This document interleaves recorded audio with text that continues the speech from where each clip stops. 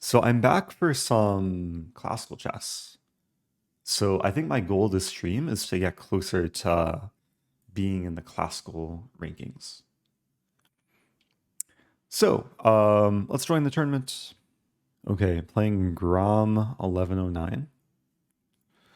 Um, yeah, and this will be, of course, more slow paced than Blitz or Rapid or Bullet or Ultra Bullet.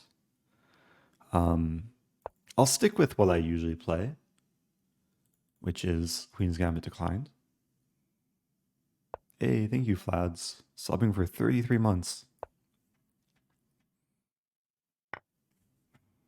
Okay, so man,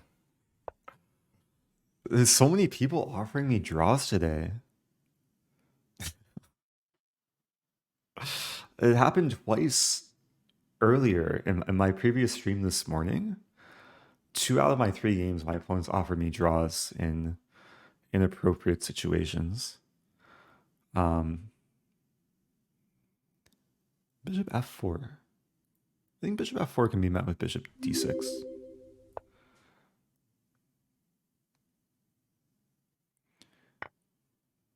Yeah, I was saying earlier, like if you play chess online, you're supposed to like play chess and not just play 5 moves and then agree to a draw. So um, the goal is to learn something and have fun and not just cut things short. Okay, so g3. Yeah, white's employing some solid approach. I'm trying to visualize my ideal setup, like something like bishop f5, c6, knight d7, rook e8. Some middle game plan of expanding on the queen side, h6 to throw in the event of this or this. And then if I have this structure, it works well against a bishop, which is probably going to land on g2.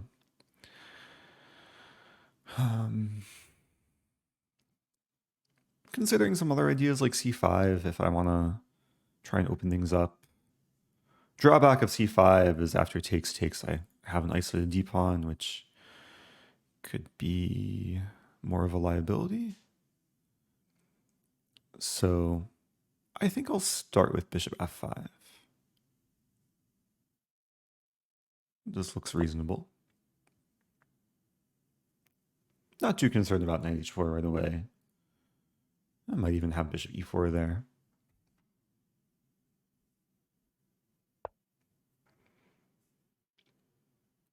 There's like some queen b3 in the air. I think I'll play knight d7 here. There's a lot of ways I can kind of mix up the move order. Playing knight d7 just to discourage any knight e5 ideas, and if queen b3, there's knight b6. And I'm not scared of this move because queen b4 check. So play c6, just getting a solid setup. Rook e1. Usually white plays rook e1 to go for e4, which seems very difficult to do here.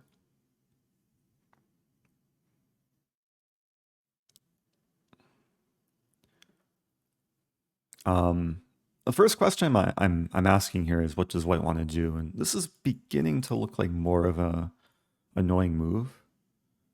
So now's probably the time for h6. Just to ensure the bishop has room. Oh, thank you. No pulling out XD. First time prime sub. Knight d2. Okay, white really wants to play e4. So now there's 4 supporters. So if I play this and then e4, then we can like trade everything. It's actually kind of funny. So rook e8, e4, takes. A knight could also land on e4. And then my queen could move. The thing is, if white goes for e4, then d4 is a long-term weakness. later ideas of rook d8. So yeah, rook e8 is a pretty simple move.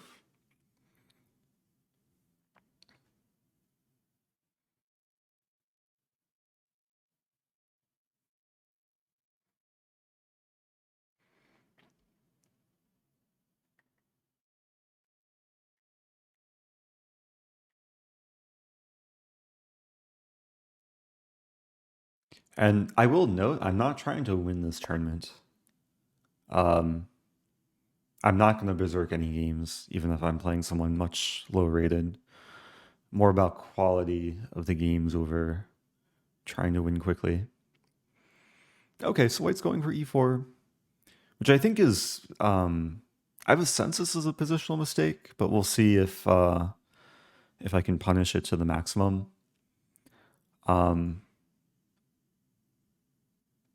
I could take with knight, bishop, or pawn. I'm thinking pawn, just... Yeah, it's probably going to transpose. White will take with one of the knights. Actually, probably has to take with this knight to defend the pawn. I am hitting the pawn with the queen here.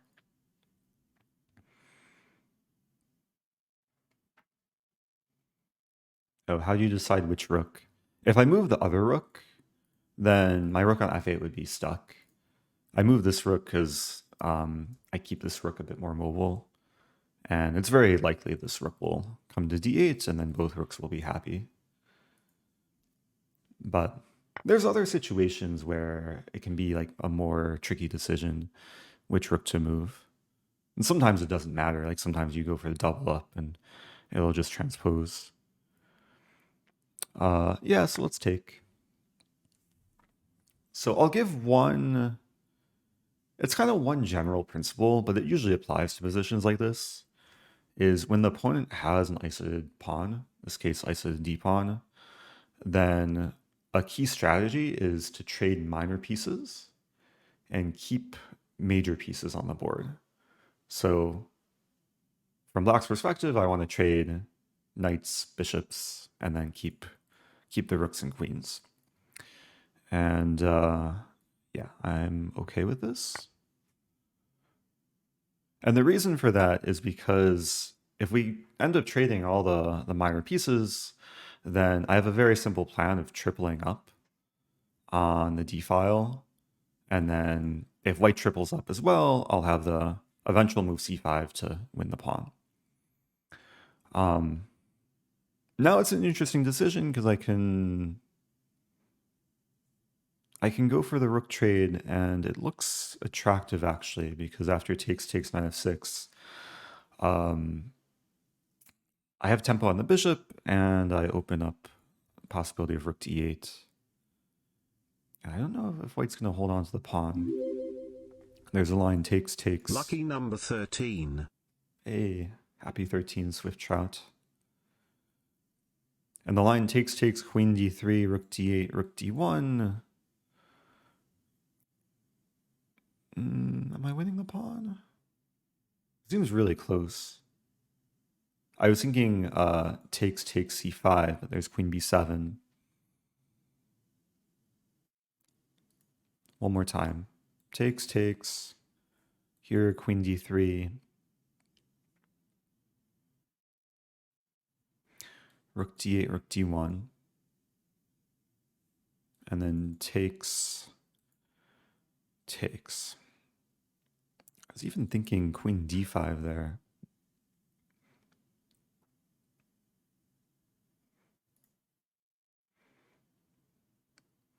I have other options here. I could play knight f6 immediately. Even go for this move.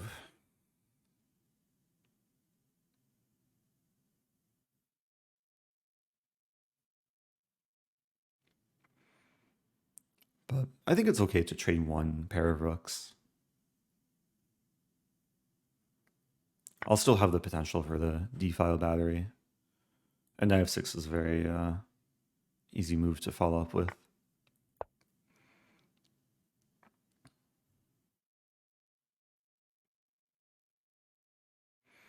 Yeah, my opponent has almost as much time as they started with, using the 10-second increment. Let's play this move. Here we see the weakness of the d-pawn. Thank you, Orange Crushed. 0-7, subbing for 8 months. Yeah, queen b3, so white's going for the counterplay against the b-pawn. And this probably requires some patience. I have queen c7 here.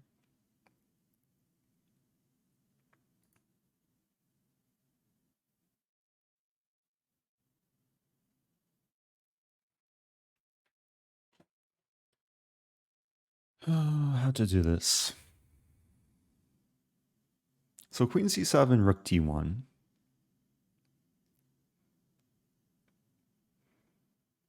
Even thinking knight d5.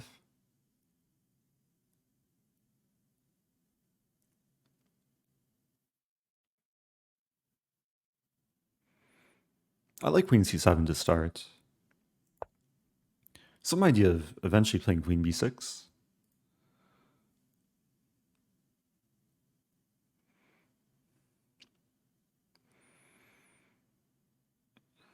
In position like this, there is I was going to say there's a lot of time to like be patient and maneuver. If rook d1, I was going to point out this idea knight d5, d7 to f5. But I think rook c1 just gives me a pawn. Always have to be careful taking things that look free. I put my rook on an undefended square, but I don't see any counterplay for white. And there's queen e3 to try and win a7, but okay, queen d6. And life will be good. Was rook c1 a mouse up? It looks like takebacks are not allowed. So opponent didn't ask for a takeback. Queen c3, okay. All right, so I'm up a pawn. This still takes some work to win. Let's play this move. There's a few strategies here. One is to just simplify, like just try and trade everything, rook d1. Another strategy is to go for some attack. My pieces are a bit more active.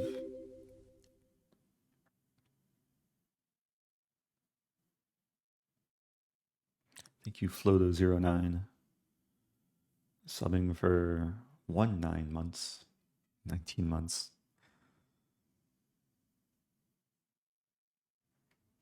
Also, yeah, friendly reminder, if you have Amazon Prime, you can subscribe for free.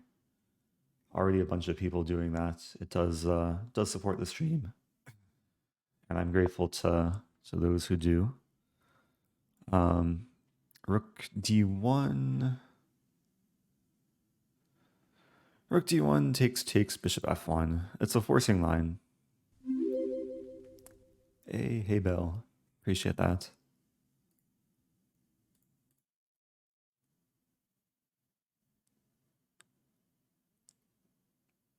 The thing is, after here it takes bishop f1. If I play rook d1, I have to see my follow-up after bishop f1. I'm thinking queen d4, which defends, attacks, and also hits f2 in the event maybe I have some knight moves.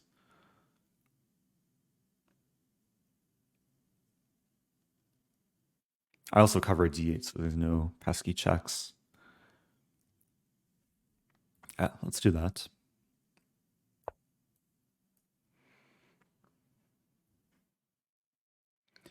I had tea earlier today, but I'm not drinking tea this stream. I'm just drinking I'm drinking water. Just ice water. It's a OG tea.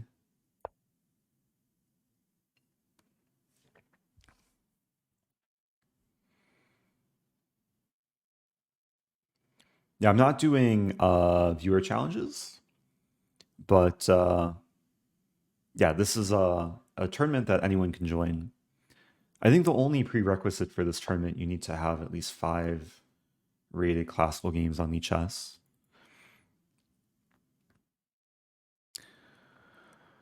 Okay, so I feel like I'm getting closer here. This move looks like super almost crushing. The thing is, there's queen f5. So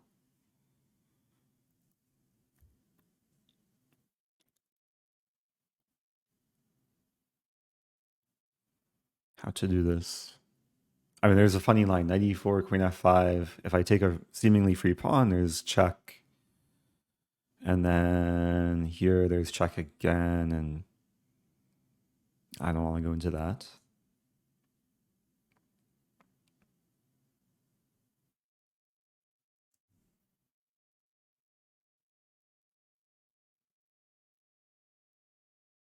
What I might do is play knight e4, queen f5, and then g6.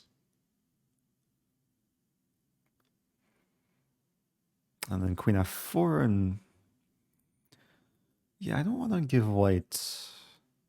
I don't want to give white any hopes. Just want to minimize counterplay as much as possible. So a move that the more I'm looking at, the more I'm liking is g6. Is to simply prevent queen f5. And that way I'm actually, after g6, I'm controlling all the squares on the 5th rank, except a5. But the queen would be less annoying. And if queen c7, then I play knight g4.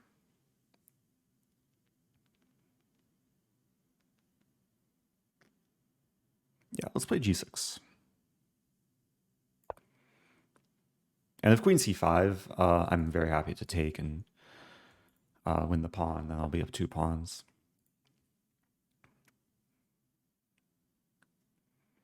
Queen e1.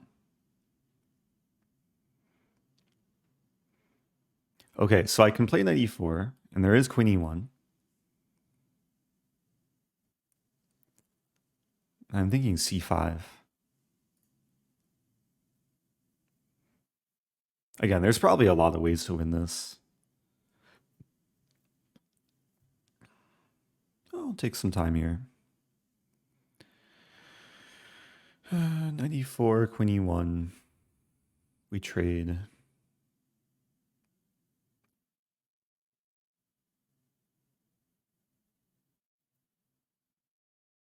So I'm thinking knight e4, queen e1, c5, bishop g2. And then ideally I'd like to hold on to the knight.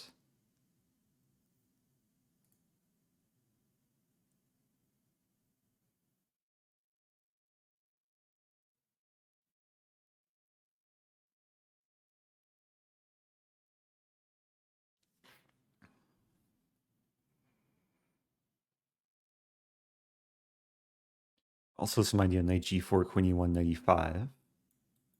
Threatening this.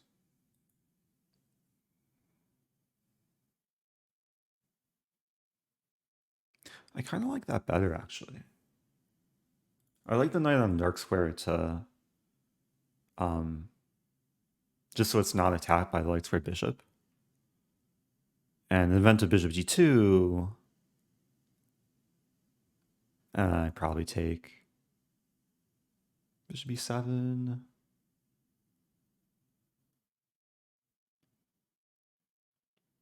Hmm.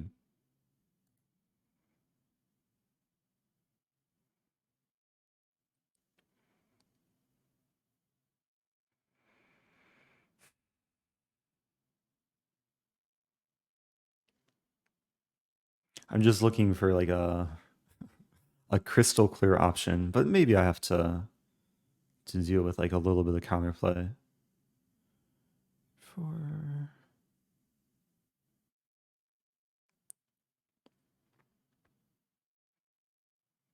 so knight e4, queen e1.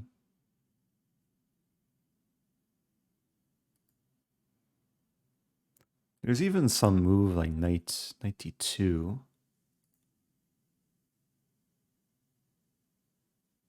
Hmm.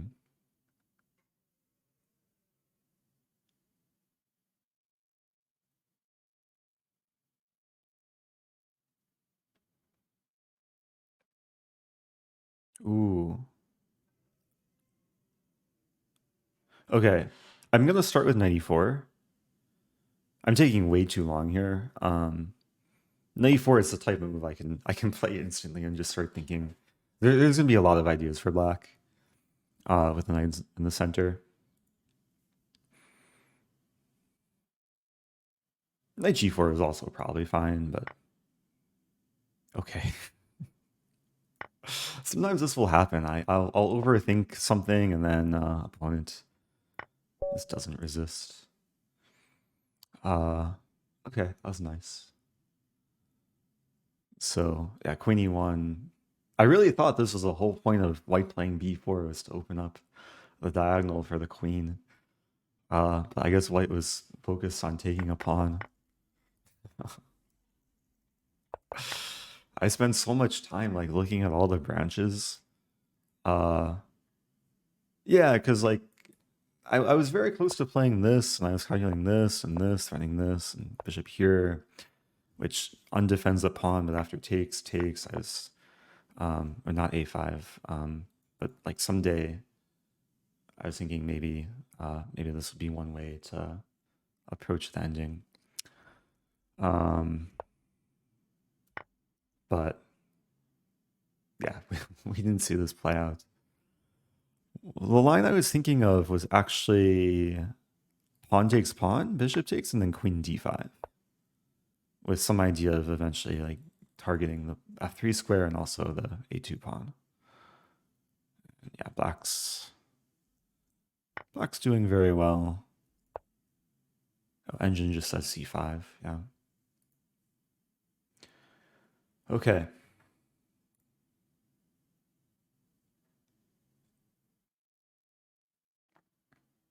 Oh, apologies. Yeah, if you share usually if you share a link in chat, you do get timed out, even if it's a link to one of my videos. Um, but sometimes mods are able to Happy share links. Friday. Happy Friday. Bracken Dawson, stopping for 37 months. Yeah, today's Friday, which means tomorrow is Saturday. And tomorrow is the title arena, which I'll probably play on. It's a 2-hour bullet tournament on the chess. Also, thank you, AB Cusack, gifting to Center Shock. Okay, back to tournament.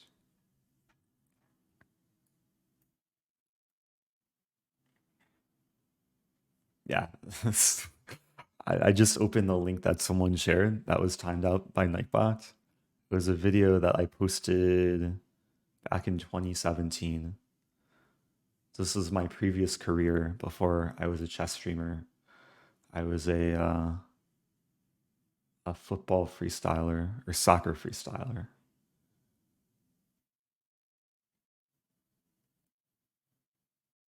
Now I uploaded this in 2017, but I think this was filmed in like 2008.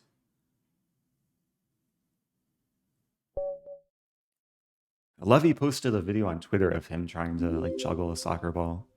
I should Kids at the school I coach swept conference, state tournament tomorrow, nationals next month. Oh, nice. I should post that video to Twitter in response to Levy. Also, welcome back, chess coach Craig. Oh, who's probably chess coach Craig is like a real life chess coach. Good luck at nationals. Okay, I'll play knight c3. Not berserking. I'm staying true to what I said earlier, focusing on quality over Eric is a speed. baller confirmed. Oh, thank you, Lexine. Yeah, baller is one who baller.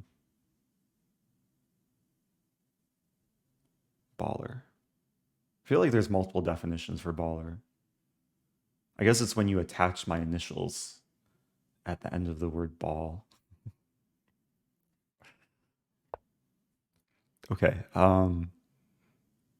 So black's playing, what do we call this? A reverse whale? I learned the other day that the whale is e4 followed by c4, or vice versa, c4 followed by e4. So this is kind of like reverse whale.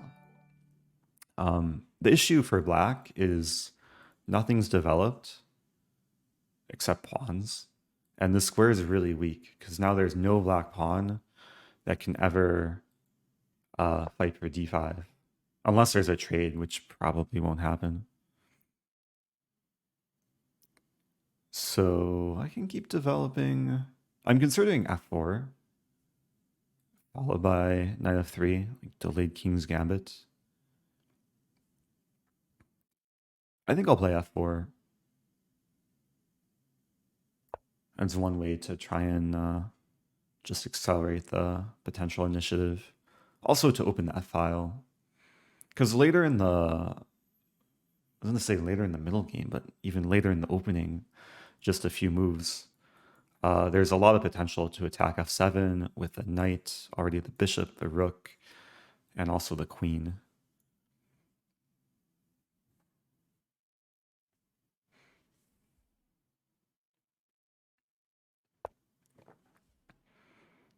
So knight d7.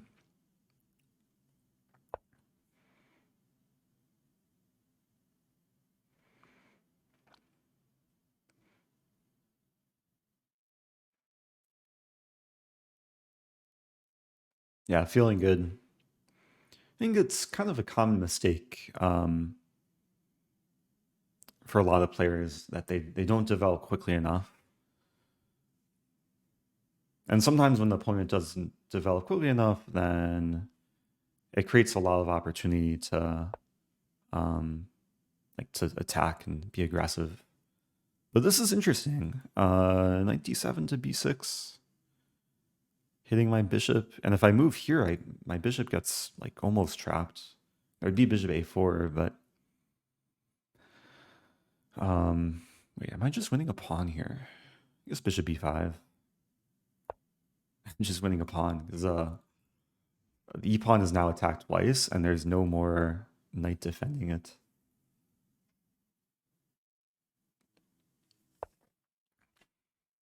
So if I take the bishop, then knight takes back, and pawn is saved. Actually, there's a funny line. If I take, then there's take, queen h4. Hitting this and this. And then there's some crazy lines like king f1, queen e4, knight c7, king d8 takes. It's probably okay for white.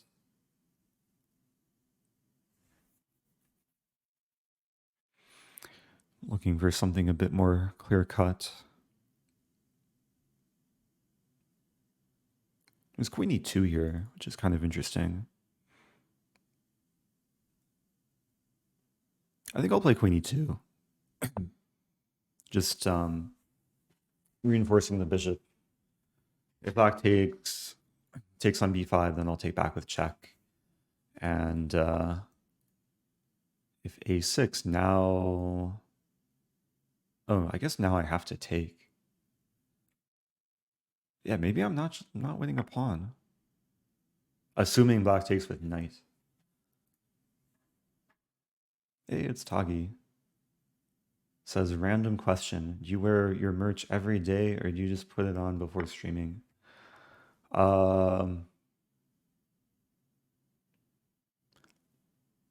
It depends on the day. Most of my streams recently, I guess I've been wearing merch because it's an easy way to have some promotion and it's comfy too. So it's a win-win. But there's definitely days I go without wearing my merch.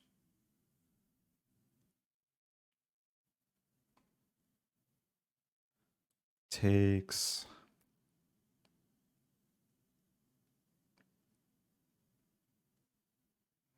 I really want to punish black, but I think sometimes the best way to punish the opponent is just to keep following opening principles, and then just wait for the moment to strike. Oh yeah, we still have the Tuesday coupon code for merch. I forgot to get rid of that. I made that for Title Tuesday. Okay, I want to play this move, but it's probably not so effective.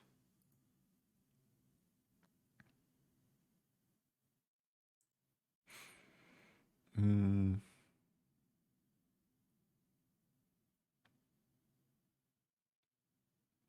I'm really missing my lights for bishop. It's crazy. I wonder if I should have played a4 earlier just to keep the bishop on the board. Because f7 is much harder to exploit. So I guess d3. d3.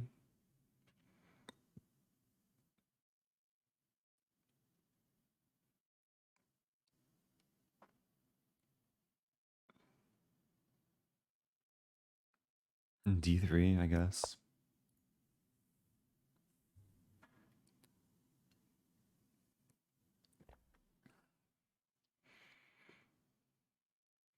Have you solved today's Wordle? I think I've gone a couple days without doing Wordle. Or any of like the Nerdles or Wordles or um I lost my streak. Maybe at some point I'll do it on stream. Takes.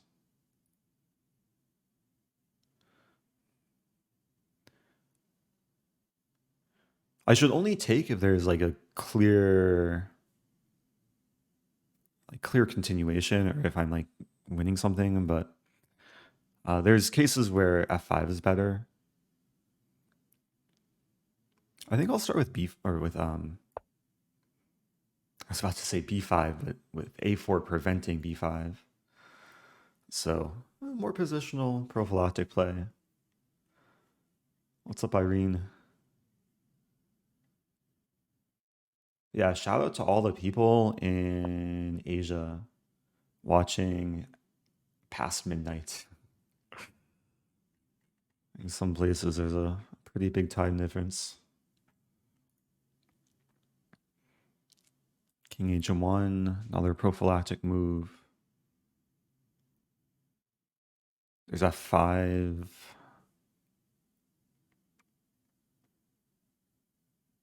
I'll be patient. King h1. Kudos to my opponent for surviving the opening. Based on the first like 4 moves, I thought I was gonna win within like 10 moves, but not the case. Yeah, let's do a poll. What continent are you watching from? Uh, what are the continents? Americas, Europe, Asia, Africa, Oceania. Did I get all of them? I think I did, except Antarctica.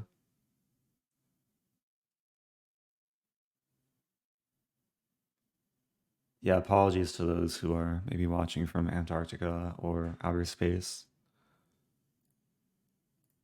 Okay, we'll do a 5-minute poll. Why not?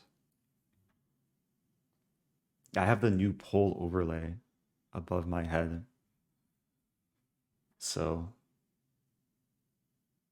it's interesting to see.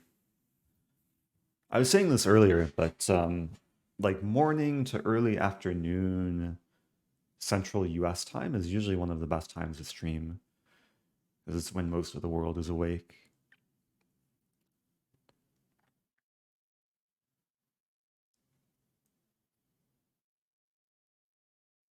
Did I misspell Oceania?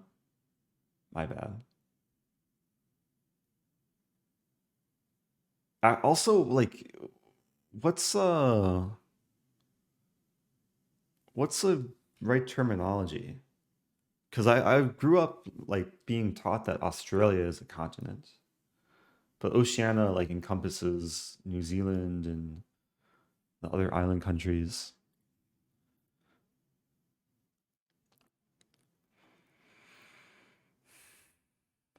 Queen c7. Queen c7 connects the rooks, does reinforce e5.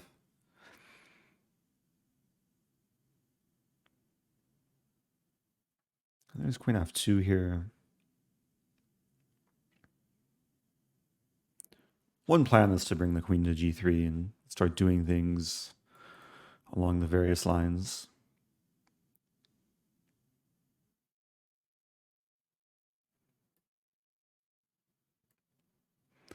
This does allow c4, but I think It's it's okay. 5 months. Thanks for your company. Oh, thank you. I'm going to guess your name is Simon. Unless you're 5 international masters underscore on. Wait, what were people saying about Oceania? Oh, it's called Australia and Oceania. Maybe I should have put like a slash.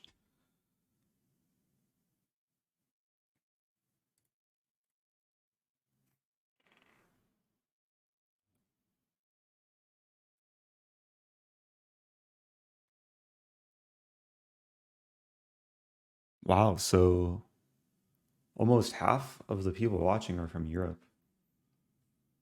49%.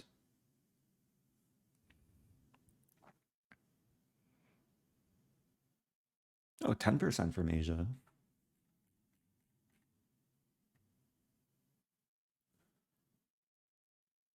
Only 2 people from Oceania.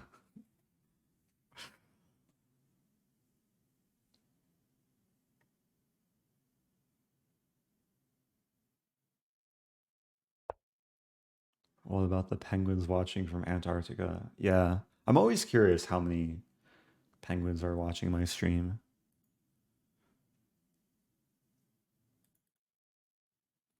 There's a username Penguin Monkey who sometimes stops by, or Penguin GM who sometimes raids.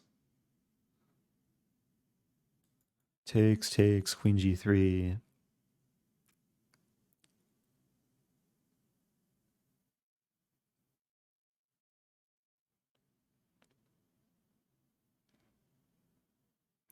Yeah, Rook C8. I mean, C4 is a likely plan from black.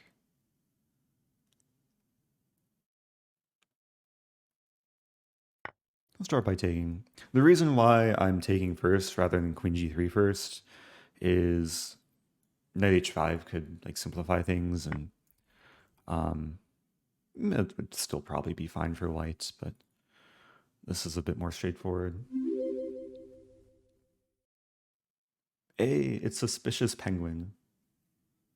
Okay, at least one suspicious penguin watching.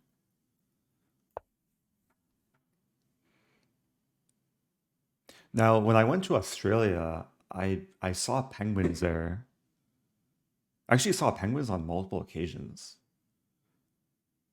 So I went to it was like the zoo, or it was some sort of like aquarium SeaWorld type place in Sydney, and they had like a penguin exhibit.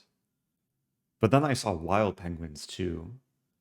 There's a pier, it's called St. Kilda's Pier in Melbourne, and there's like these miniature fairy penguins that occupy the beach like right around sunset.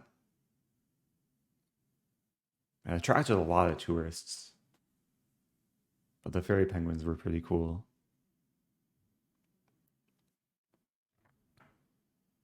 Yeah, the difference with knight h5 now is there's no pawn on f4, so if knight h5, I can happily play queen h3 and not worry about knight takes f4. Although, I guess it didn't make a huge difference. Okay, so I mean, obviously there's this move. But then bishop f8 or even g6. I kind of like this move.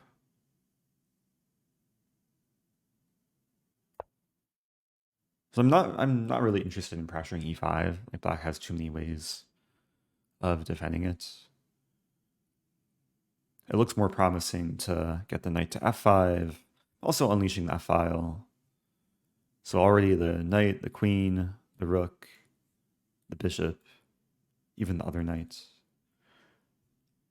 A lot of the pieces contributing to the potential attack.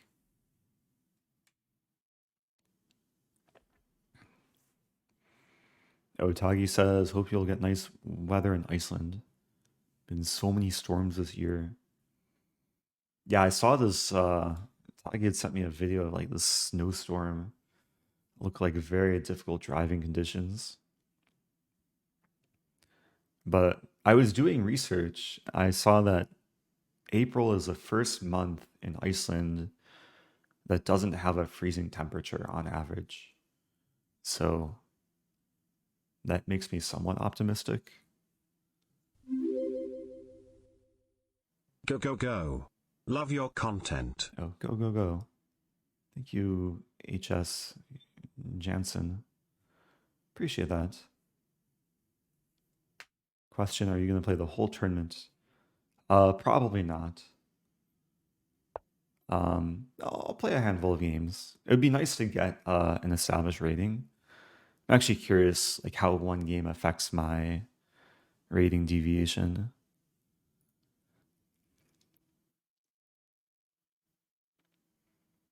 And even games against these low-rated players, they take some effort to win.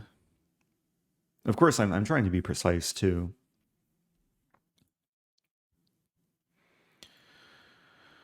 Let's play this move. That was another moment. I had a bunch of options, but I don't think there was too much reason to think for too long.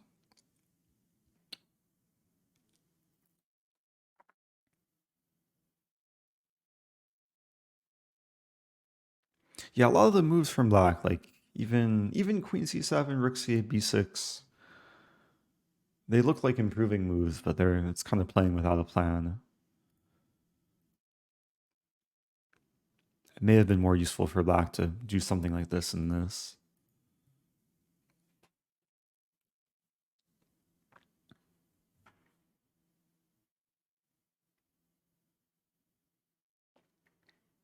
Wait, expect snowstorms every day, says Josh.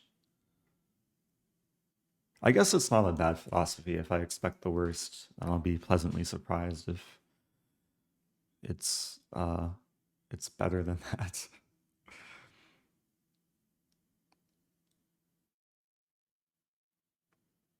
Oh, John says, since you used to play, wait.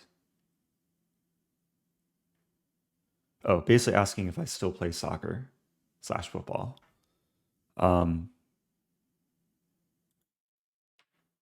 Yeah, I still enjoy it, but I don't have too many opportunities to play. Wait, I have this move. Does that work? Looks really close to just crushing. So knight h6, king h8, I take king g8. I could hit the knight with something like queen h3. But then there's knight f4. And after it takes knight d5, hitting the queen. And rook f4 is coming. Yeah, that looks pretty good.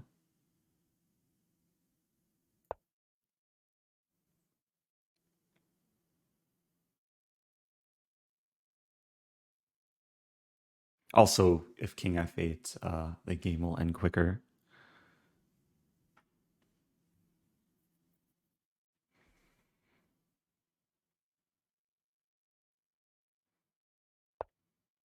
Hey, the game is ending quicker. Okay. Okay. Yeah, it took some patience. like after the opening, I wonder what I could have done to like try and maximize my advantage, but maybe it was just a matter of doing the gradual build up. And yeah, I mean the middle game structure was really pleasant because a lot of black's pieces were not helping defend the king's side. um, and sometimes this is the issue with the structure is it it just creates a lot of potential for white to attack in the middle game.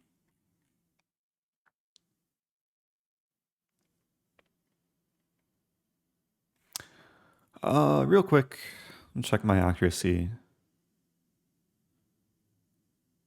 Okay, 3 inaccuracies. Oh, so let's see. Yeah, could I punish knight d7? Nah, just knight f3. Engine likes d3, but okay, bishop e5 still fine.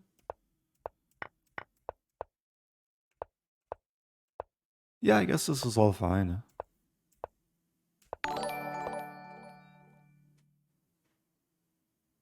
Oh, Berlin trying to bribe me to play Taimanov.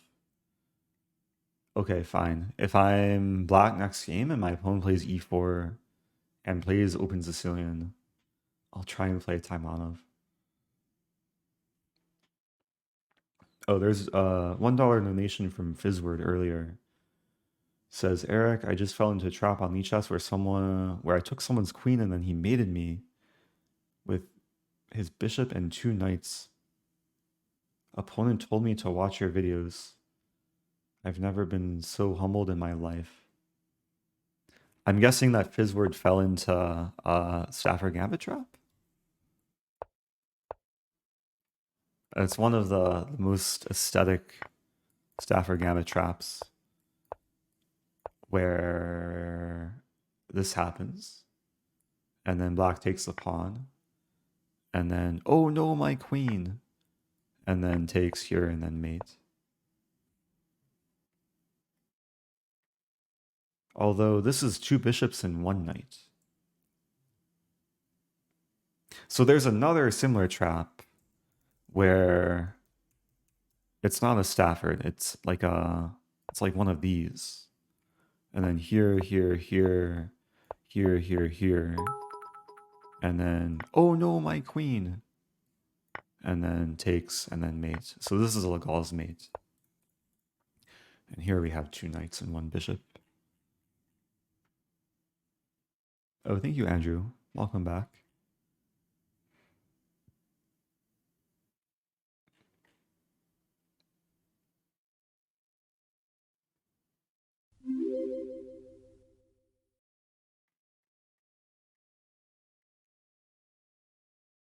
Thank you, Kurt, with the prime sub.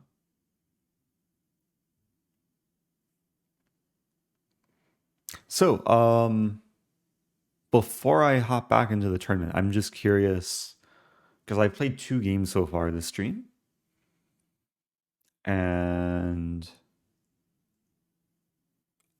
I'm curious how it affected my rating deviation.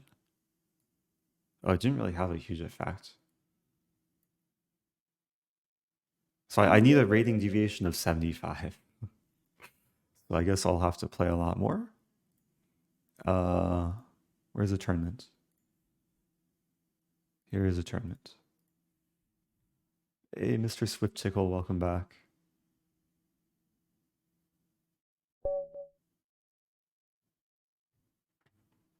Ooh, okay, I'm black. So, yeah, there was a bribe earlier for me to play the Berlin, or not the Berlin. Wait, Berlin? No, it was from the username Berlin to play Taimanov. But this is not an e4 opening. This is d4. Earlier, I played Queen's Gambit declined. Here, maybe I'll transpose into Queen's Gambit declined. Hey, it's Eric. Hey, it's Rasa Boss. Welcome back. Appreciate the bits. Yeah, shout out to Rasa Boss. H3. I'm trying to understand this move. I kind of want to just play a London. It's basically reverse London, but H3 included.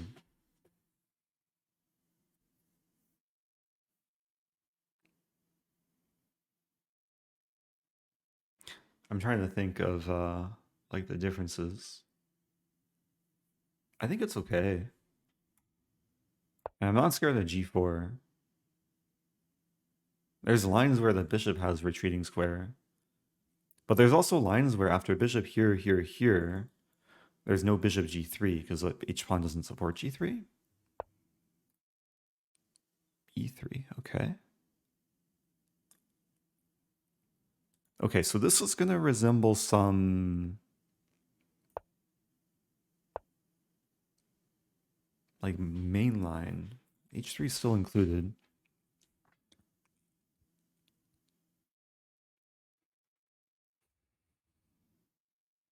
This is a good like mental exercise because I've had this position so many times, but with the pawn still here, and usually when I'm white, so it would be reverse colors.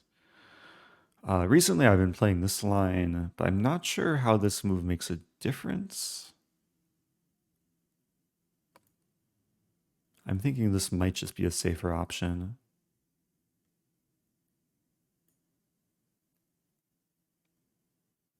Yeah, let's play this.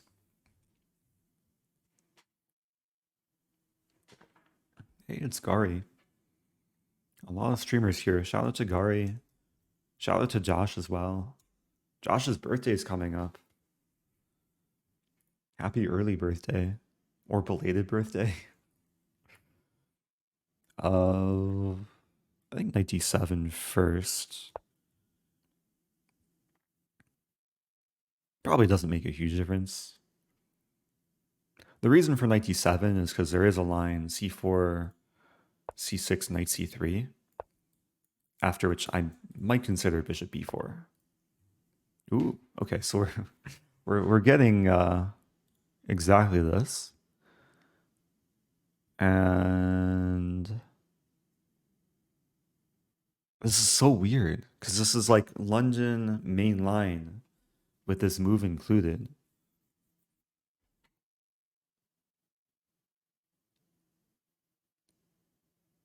Yeah, let's play bishop b4.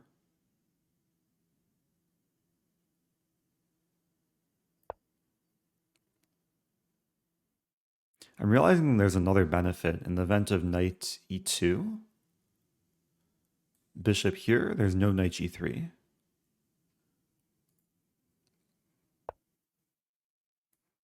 Take.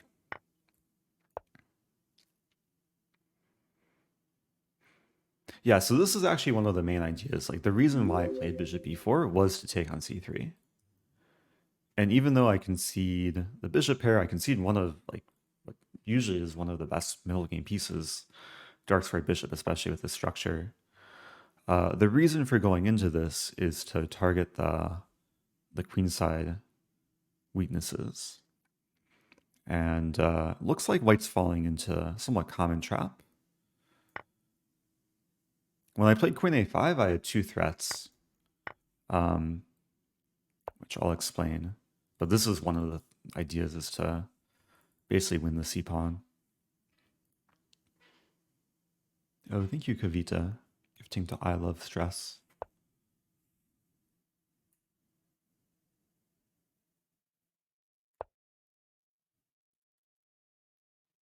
So I've had this position a handful of times, but usually when I'm white, again, without this move included. It's a classic London trap. And yeah, to explain, back in this position, my two threats were obviously queen takes c3, but also bishop takes bishop, followed by this to win the other c-pawn. So yeah, what is white supposed to do? White's supposed to, I think, take on g6.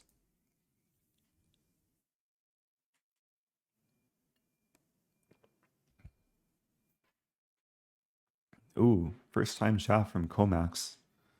Says, I waited 10 minutes and now I can chat. Yeah, so for anyone new here, I have like it's just a moderation setting that you do have to be following for 10 minutes before you can send a chat. Usually helps keep things a bit more sane.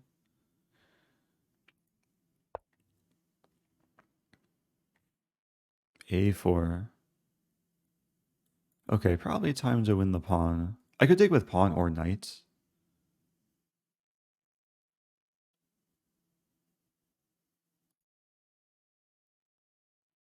I'll take with knight.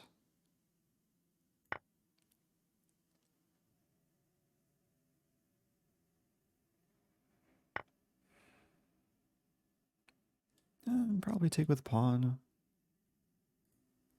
So I'm not sure about if I take with queen, there's takes a5 and white's threatening rook a4.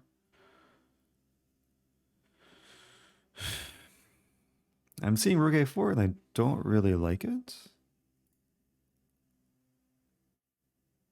If I take with pawn, I keep initiative. White would love to include this move to prevent me from castling kingside, but yeah, now I can castle. But do I want a castle? Probably.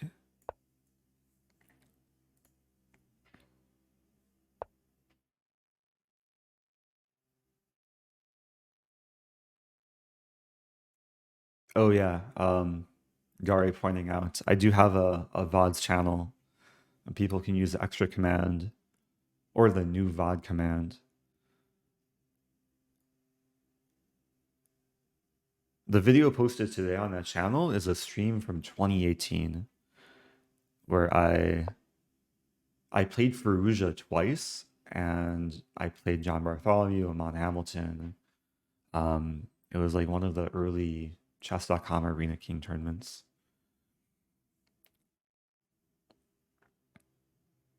Are you going to post every VOD? So for now, I have a schedule of releasing 3 VODs a week. I don't want to overwhelm people because most VODs average like 2 to 3 hours. But I mean, I have an external hard drive of, I mean, over 1,000 GB of streams. It's probably several hundred VODs that would be suitable for YouTube. So yeah, eventually maybe I'll have all the VODs on YouTube. Because the issue with Twitch is Twitch deletes VODs after 45 days.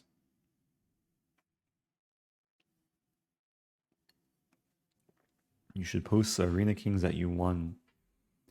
Yeah, that's actually on my main channel. So it's still like there's some VODs that have made its way to my main channel as like just full videos.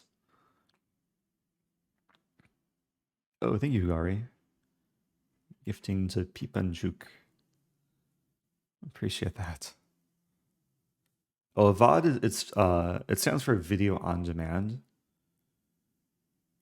So unlike how you watch things on Twitch, which is live content, YouTube it's like videos on demand where they're all pre-recorded, at least for the most part, and you can watch whenever. Thanks. Oh, thanks, John, for the 5 months. Also, thank you to Nifa for 7 months.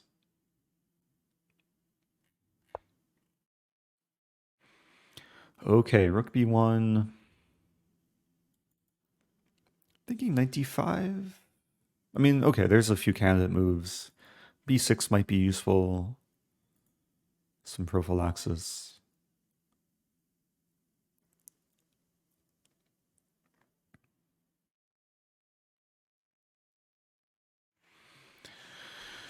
I mean, one question to ask is what is the threat? And the threat might actually be rook b4.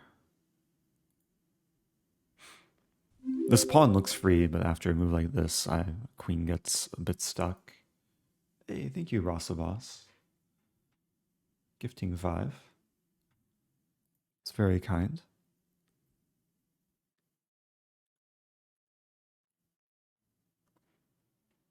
Okay, I don't think rook b4 is a threat because after knight d5 takes and knight b6, I win material. So for that reason, maybe I can just focus on doing my own things. Like e5 is actually a useful looking move. There's some x-ray vision against the queen. I thought white was going to go for e4, but after e5, it's harder for white to play e4 because after takes, e-pawn would be hanging. So let's do this. It's weird, like my queen is, it looks stuck, but it's really hard for white to attack, and it holds the pawns together. Oh, thank you, Pam Millerin.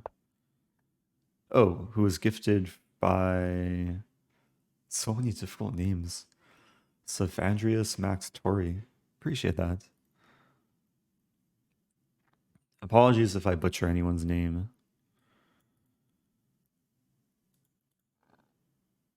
Sometimes it's difficult to pronounce things. Okay, now the pawn's attacked again, so probably b6.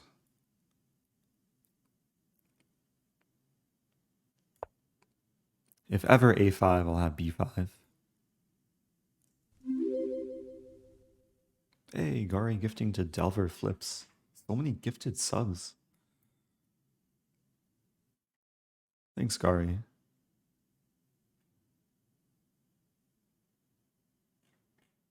Also, yeah, shout out to Gari, who is streaming for how many hours? 4 or 5 hours. Gari's also been streaming a lot lately. 5 hours. I streamed for 1 hour earlier and then sent the raid to Gari. Oh, thank you, Wida Kolo. Gifting to Pawn Masur. Are we close to a hype train? Hype trains only can happen like once every 1 or 2 hours, so I'm not sure if it's possible for one to happen now. But I do feel the hype, even if it's not a full train. Thank you, Anton, gifting to Mia Khalifa.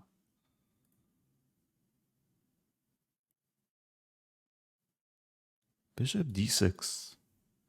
So going after the pawn.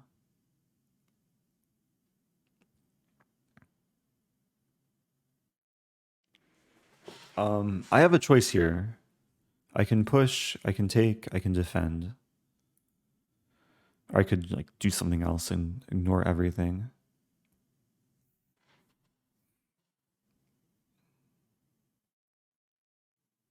The drawback of taking is after c takes and the c file opens and this pawn could be a bit weaker.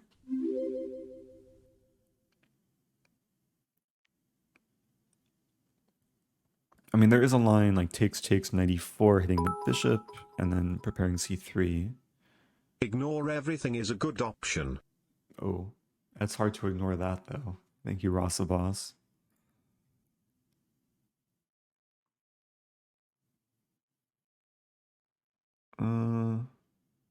Wait, okay, let's focus. Takes, 94. Hit the bishop. There's bishop e5, f6. Let's say the bishop someday goes like to f4. I get in c3, queen c2. And then, even thinking knight d2. Whoa, it's Tagi gifting 5. Thank you, Tagi. It's really difficult to ignore everything. You just have to address everything.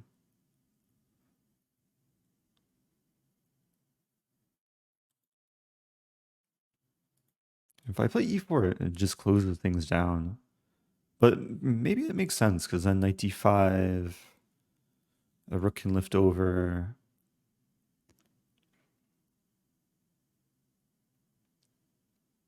And white can't really do much on the queen side. And the c-pawn is better guarded there too. Okay, decision has been made. Yeah, going back, because I've had similar positions before, and usually it's white that's gaining space, like e4, e5, and f4. But here, I'm the one with the space advantage, and I'm up a pawn. So, looking very pleasant. Almost as pleasant as Twitch chat. Oh, thank you, Max Tori. Gifting another sub to Ven Tavik. And Bob subbing with Prime. Thank you, Bob. Do you even rook lift, bro? I'm about to, bro. I still want to make a do you even rook lift, bro tank top. I also want to do some workout streams. I just need to buy some weights, bro. But I think it would be really cool to like do a stream where I play games and let's say every time I win or lose a game, I have to like do 10 reps of like bicep curls or other types of exercises.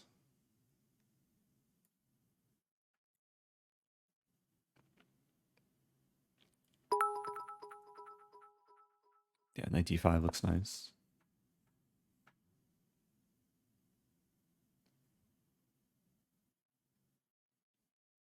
You can buy those tonal things. What's a tonal thing? Is that like a shake weight? There's that weight that you hold and it shakes, and I don't know what it does, but it looks interesting. Let's play rook e6. You're the best. Oh, thank you, Loud Zeus. Oh, here's a hype train. Whoa, Max Tori gifting 20 subs. That's so kind. I really appreciate that.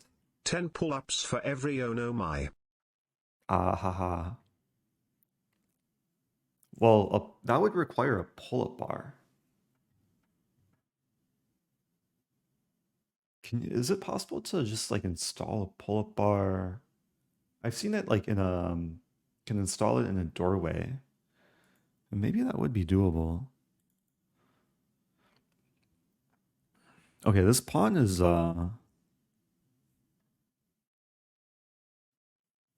being slightly threatened. I think I'll play f6 and just kick away the bishop. Ensure the rook can defend the pawn. And f6 allows for the queen to transfer over. Eventually to g6 maybe. The thing is, if I play queen b7, there's queen e2, and the c-pawn's potentially weak. I could play f5, but that allows the bishop to return.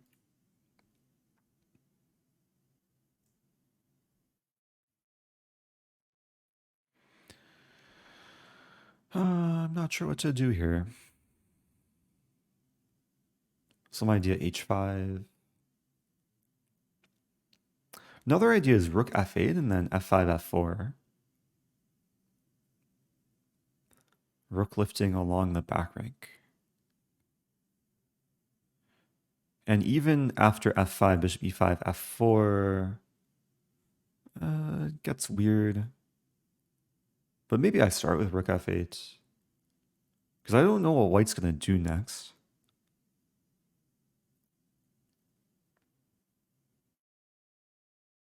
Like, it doesn't seem like white has a clear plan here. I might as well improve the one piece that's not doing anything.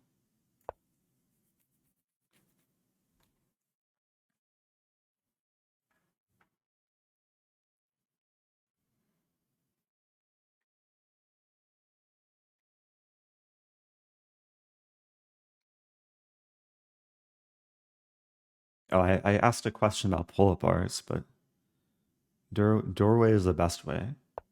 Okay. Yeah, I was actually looking into getting. They have these like under the desk treadmills. Wait, what is that? Why is there? Way too many suspicious characters in chat Oh, today. Punishments may be required until we see more compliance. uh, yeah. Well, that's why we have mods, I think.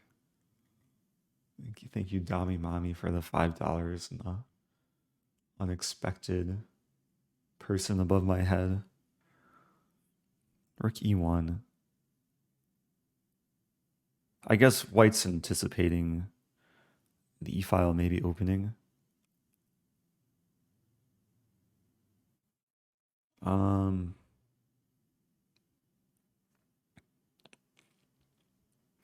I might want to do some rearranging of the furniture.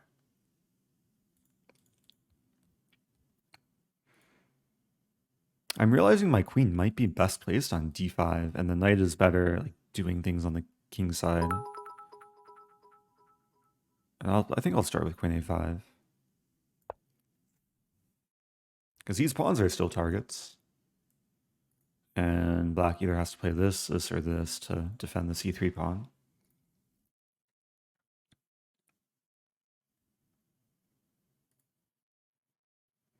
Oh, Jane Galt says, your book recommendations don't have any specific opening books. Yeah, really, opening books can be tricky because it really depends what you're trying to learn. And these days, sometimes it's like learning openings, it's easier to use online resources than physical books. But generally, if there's an opening that you want to learn, then you can search for the books out there on that opening.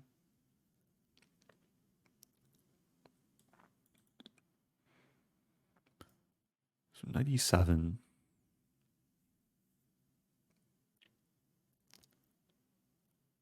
Yeah, I think I like 97. Yeah, earlier I was thinking the queen would go this way, but turns out the queen is going this way.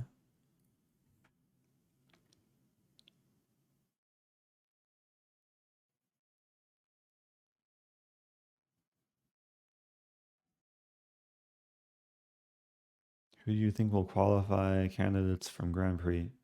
I'm rooting for Hikaru. It would be cool to see Hikaru like qualify for candidates and then win candidates and then face Magnus. I feel like that would get like a lot of viewership. Yeah, Queen D5. Urban Pope says, Eric, you were holding so still that I thought my screen froze until you blinked.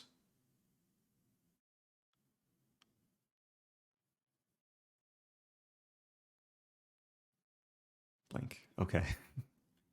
It's hard to hold still without blinking.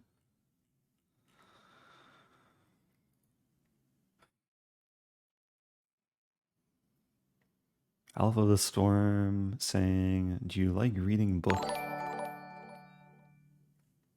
Unfortunately, I cannot subscribe, because I have the tendency to forget about subscriptions. But I still I want to do. express my appreciation to you. You encouraged me to join a local chess club and I have Nice to my hear. first official game on Sunday. Oh, best of luck. This ain't JPEG.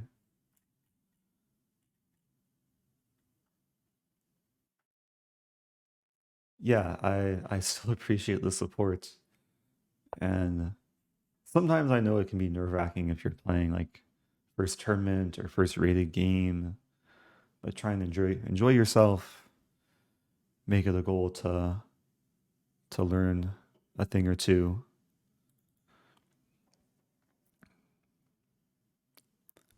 Rook E1. What is Rook Thanks E1? to @Bicyclesis up for my sub gift. Hey, it's Salty Clown. Shout out to Salty Clown. Another fellow streamer. Was gifted a 12-month subscription from Bicycle. Okay, I feel like I'm making progress. The queen's happier. It's a question where the knight should go. Um, Knight f5 is looking like a prime candidate.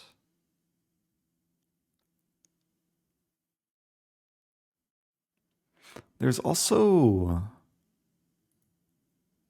how to do this. There's also knight g6 and something like f5. Because then e5 is off limits for the bishop.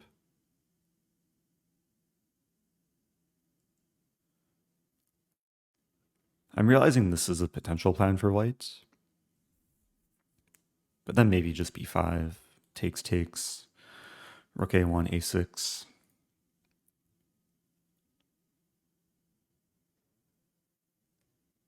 It feels wrong to put my knight here, though.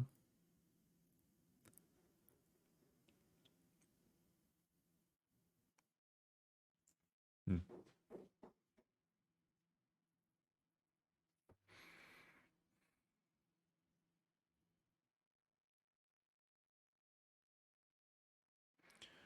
Okay, I'm taking time trying to weigh the options. I'm curious about this move too, because it kind of forces bishop h2. And then knight h4 looks interesting, but then there's queen g4. That's probably good for black. But what to do with a knight in that line?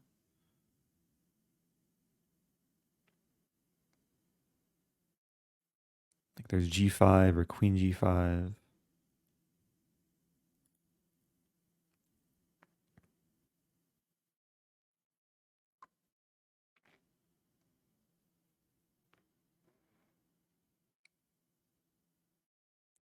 The benefit of this is it does support the eventual f4.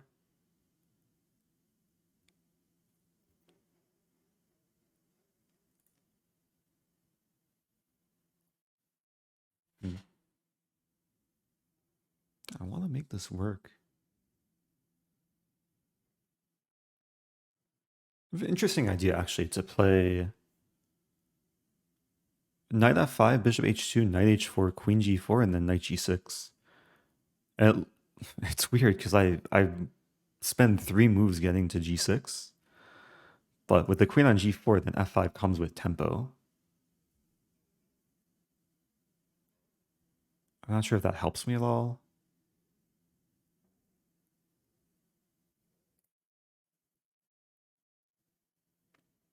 Another idea is queen g5 first. No, queen g5 would hang a pawn.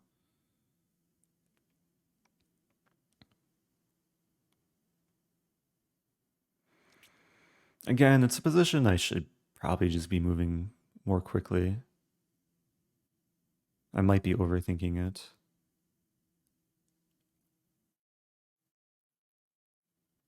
Okay, I'm going to start with this.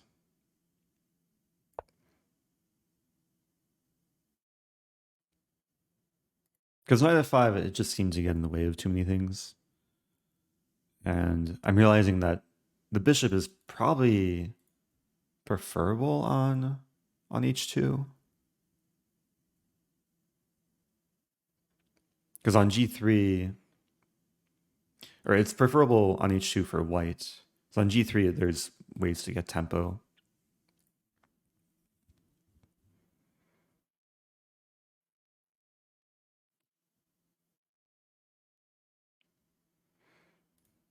Yeah, we're approaching a point in the game where I'm probably going to just stop looking at chat and just focus on the game.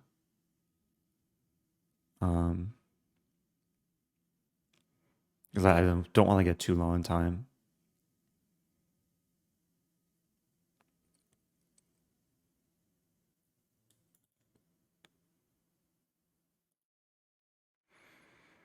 Yeah, problem is my queen is still tied down to this pawn.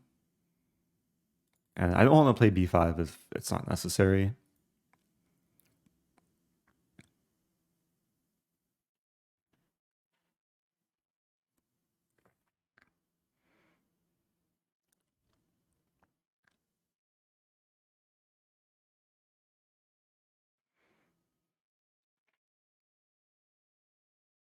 But if I go for f5, f4, we trade.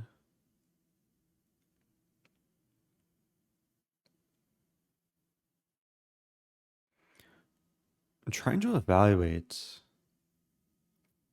Like if the f file opens, like these two pawns are weak, but f2 becomes a target.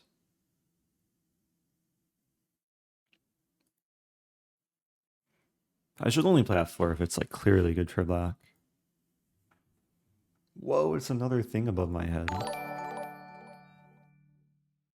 Eric, I tend to lose my queen third move by playing queen takes f7 or f2. Do you have any recommendations on how I can avoid this temptation trap? I get made fun of for this. Oh. There's an opening where you can play this, this, and this. And that way you're not losing your queen on f7, but rather d7. And then you take away a key center pawn too. So hopefully people will make fun of you less if you try that. You can also just give queen odds. It's harder to do online, but over the board, just take away your queen before the game starts, and then you can't plunder it.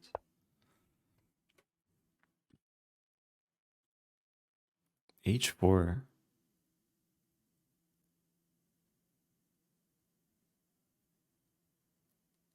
Okay, so white is giving me a target.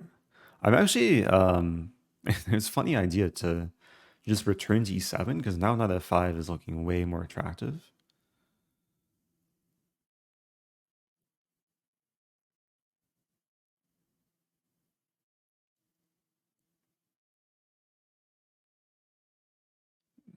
H5.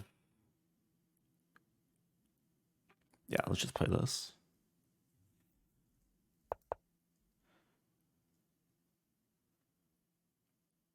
And knight f5 is more powerful now because h pawn would need to be defended by the bishop.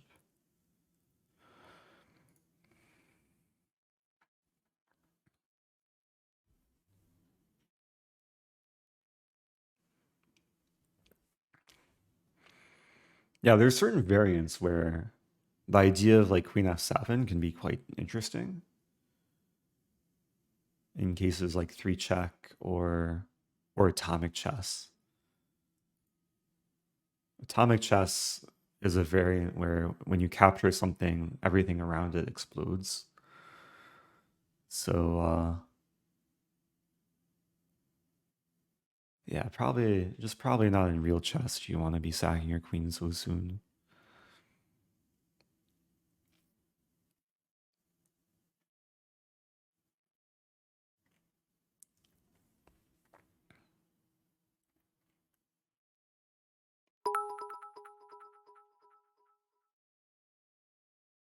Wait, what? Pop and Paddle saying quit tea forever or go into a cage with 30 angry geese. I think it depends how big the cage is. If it's like a really large cage where I can like just have my own territory, then I mean it also depends how long I have to be in the cage for. Because I do really admire. I'm very passionate about tea, so I wouldn't want to give it up so easily.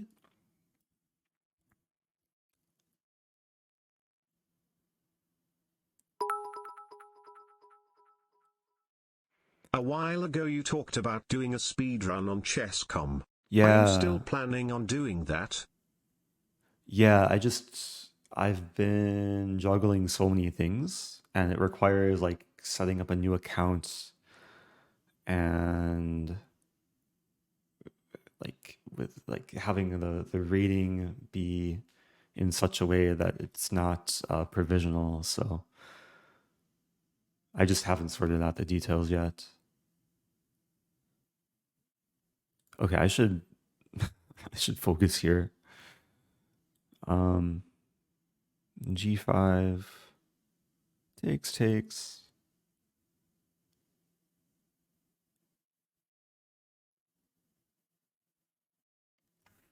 In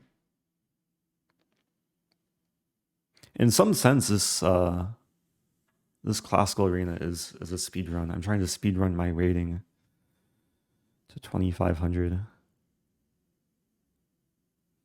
I'm not being so speedy. Okay, G5. G5 I don't think makes so much sense here.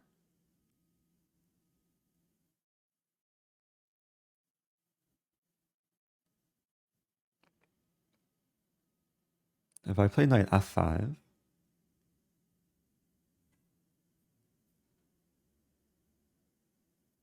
I think I'll play knight F5. I want to see what white does. If G3, I might just move back. It would be funny to, like, because I already played knight G6, H4, knight E7. And I played knight F5, G3, I go back to E7. But the point would be then I'm setting up G5 and the bishop can't retreat. And all these things above my head. Michael Scott. Thank you, Eric, for your beautiful recommendation to take on D2 or D7 Saragossa or Caro's style. Yeah. I will be adding this to my opening repertoire. Oh, there's an even better, I almost forgot about, there's an even better idea, which, okay, I'll explain momentarily.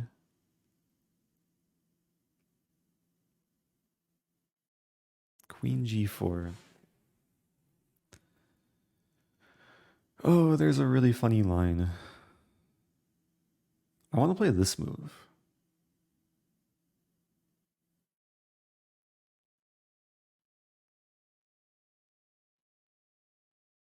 I think it's okay.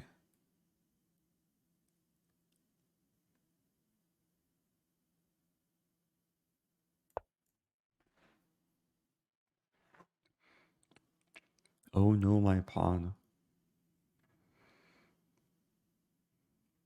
Okay, I really have to watch my time, but I'll go on one more tangent and then no more side talk or getting distracted. But there's a bullet opening. The issue with queen takes f7 or queen takes g7, it comes with check. So you're not really tricking your opponent and you're forcing them to take your queen. But a more powerful opening is c6, queen c7, queen h2. And a lot of players in bullet will, like, sometimes, not all the time, but sometimes pre-move their first 3 to 4 moves.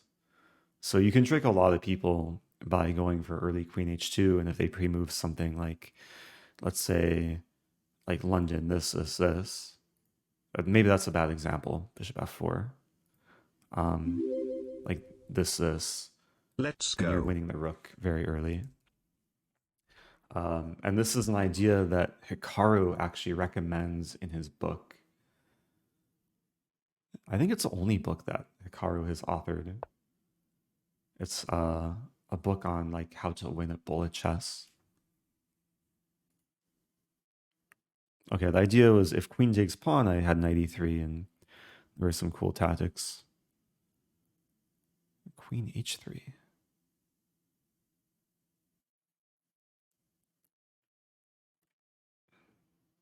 Might as well play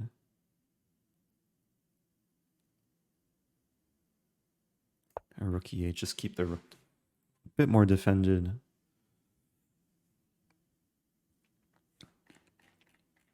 Also, thank you, Nexus Now. Happy 4 months. G4. G4 is interesting.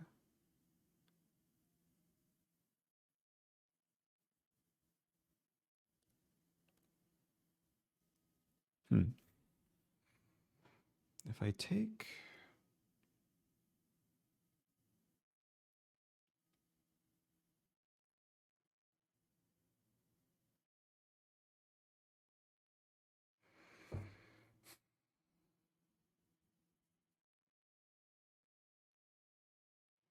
And this is an option too. Maybe I'll start with this move.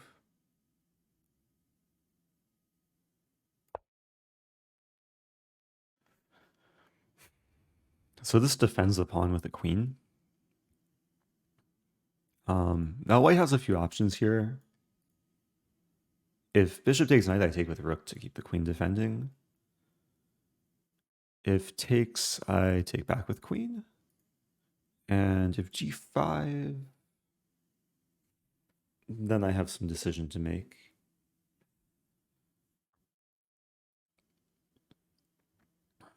I could play f5. g5, I'm actually thinking queen f5. Because after takes, then h4 is a bit vulnerable.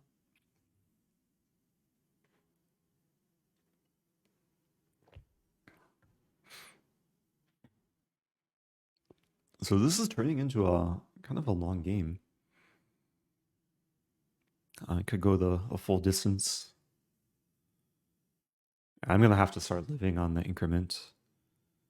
But it's nice thing about like having a 10-second increment is I'm never like in so much time pressure compared to what I'm used to.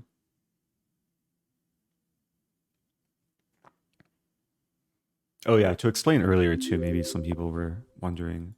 Love your content, many thanks. Oh, thank you, Main Mystery.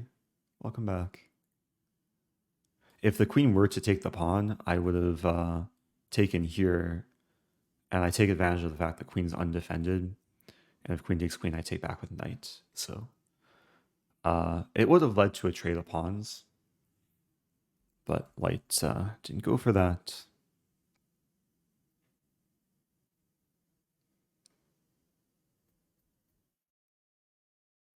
And yeah, I have a feeling these like something is going to be weak in white's position after some sort of trade.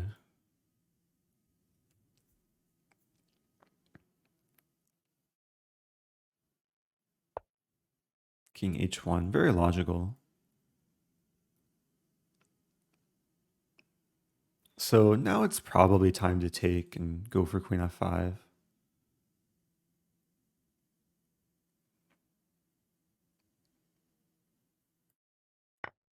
Yeah, I was just looking at a line. Takes queen f5, and if rook g1, I take, and then knight f5.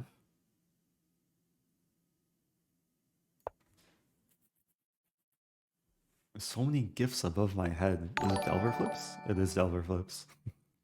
Funny you should mention queen takes h2 or h7. Ooh. I am sort of a connoisseur in the queen d3 call, whose Royal Highness ventures to the h7 pawn. Wow. ASAP.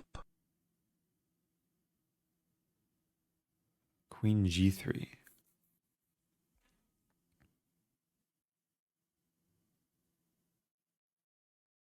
I have to be careful here. I also have to be speedier. Rook g1's coming. I want to play this in g5.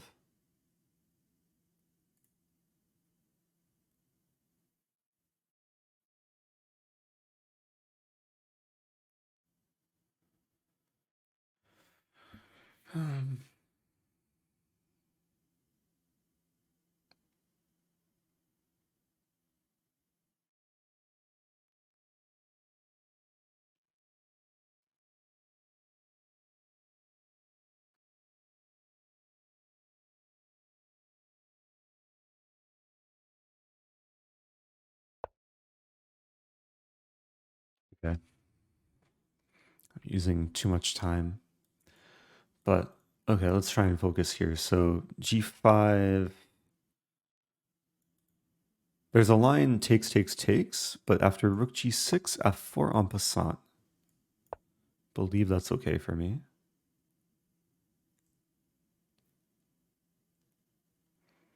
It's a bit weird because like we're like both of us are trying to attack on the same side. Another idea with g5 is to prepare king g7, rook h8. Love to get a rook to the h file. Yeah, I'm pretty sure this line is fine for me. Takes, takes, takes, rook g6 with the pin. f4 is only temporary defense. And when I take, there's still a pin, and then also 3 attackers.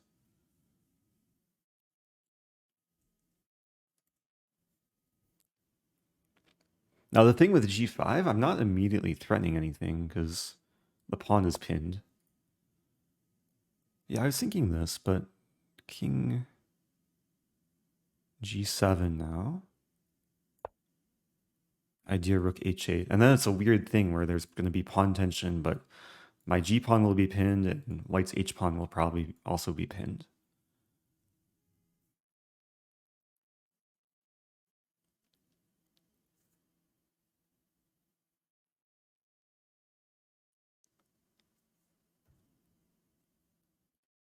I guess a slight change. After takes, takes, white could take rook g6 and then rook g1. But okay, I'm going to have rook h8.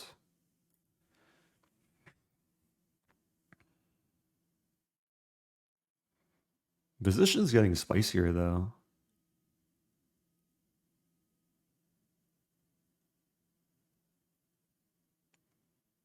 Good thing I have water.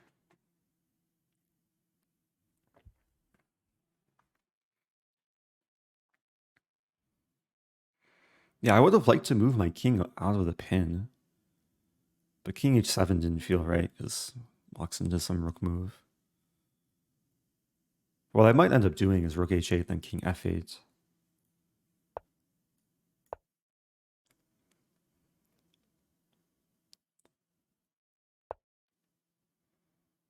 Okay.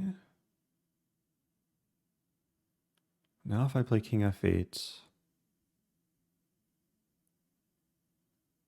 we trade. I might as well.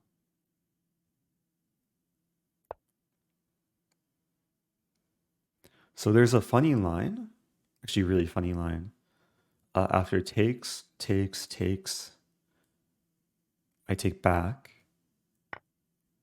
Yeah, it's about to happen. Oh, it does not work? Hey, it's Fiona. Thanks, Fiona. Shout out to Fiona.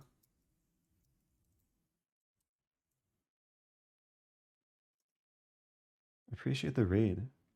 If you're just joining, I'm playing classical chess. And I was just about to point out a funny line. When I take this pawn,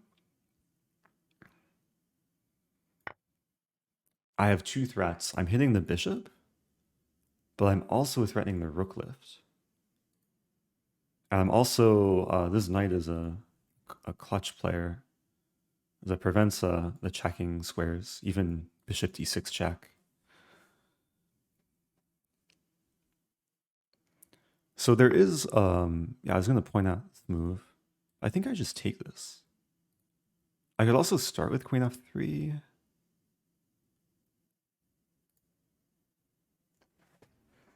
Make sure that, and let's think about this logically. After that, there's one check, king f7, and there's queen h5, rook g6.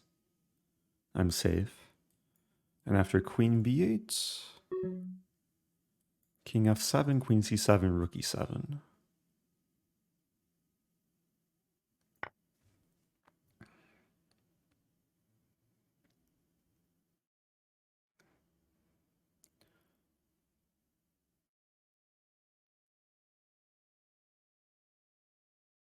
I think white realized like they were going to be losing the bishop. Is yeah, rook h6 is would be winning the queen.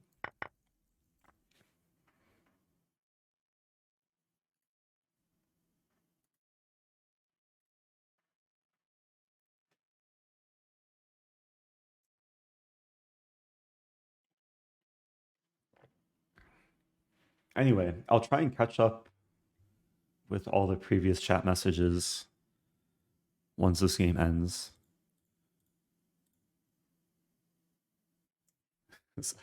I was getting so distracted earlier this game. Used up most of my time. but it was well worth it. It was worth using my time when it mattered.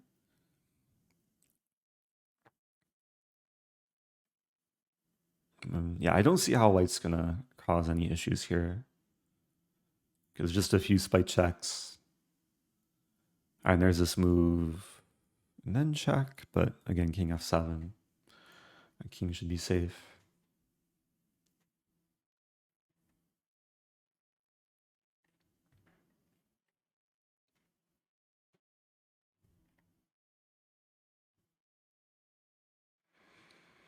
And once white runs out of checks, then there's going to be queen f3 or various things.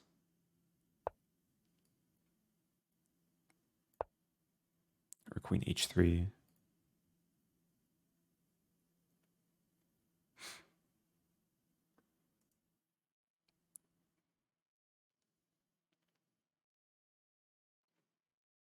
Or rook h6.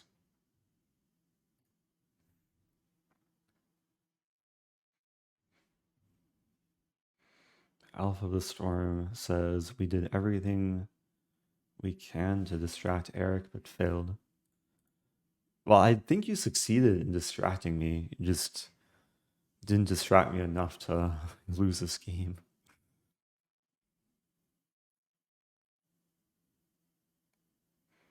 There was a point in like earlier where I was supposed to ignore everything. I failed in that regard.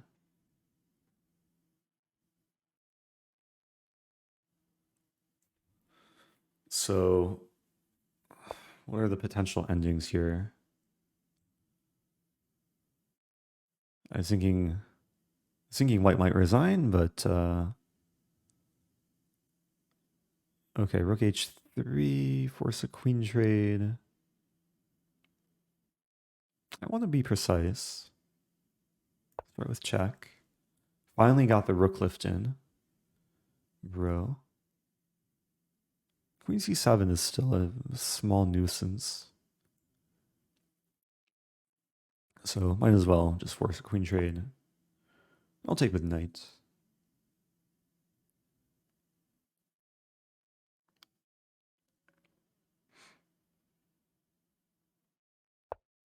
Ooh. White's tempting me to do things.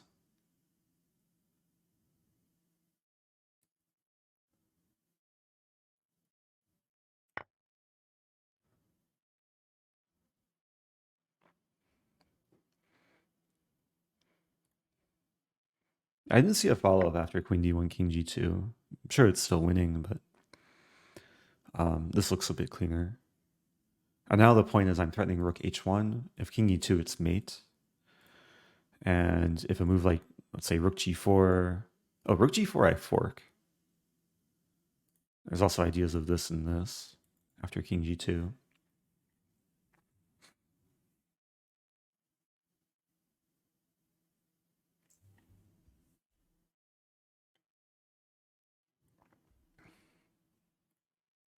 Willigama, yeah, I see your kind words, but no need to spam.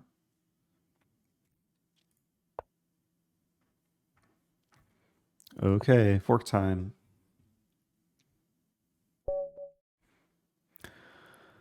Okay, got the job done.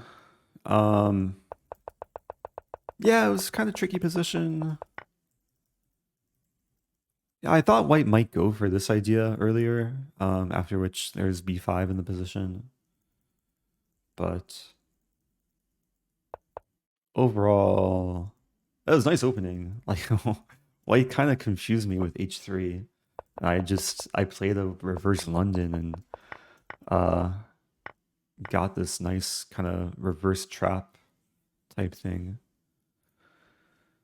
Can quickly analyze. So another game similar to earlier, where I've only made a handful of inaccuracies. Oh, dc4. Engine wants queen c4, really? Huh. What's the point? dc4... Or, queen c4 takes, bishop a3.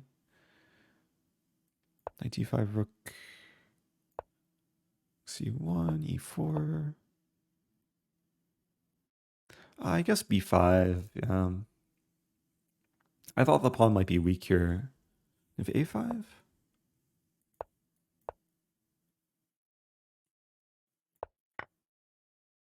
What I'm doing here, I'm playing against the engine to understand why black is better. I don't fully understand.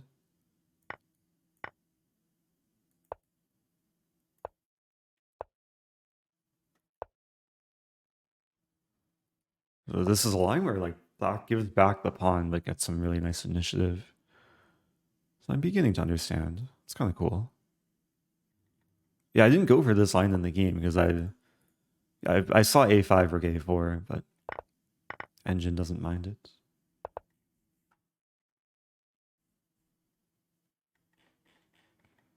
Axer typo asking why I was playing on kingside rather than queenside. Ah. Yeah, I guess I had more pawns on the queen side, but I didn't really want to play b5 because it opened up the a file for white. And with the pawn e4, it sometimes makes more sense to try and use the space advantage that I have on the king side. But it got weird. I guess everything was under control. Yeah, again, this idea would have been nice for black.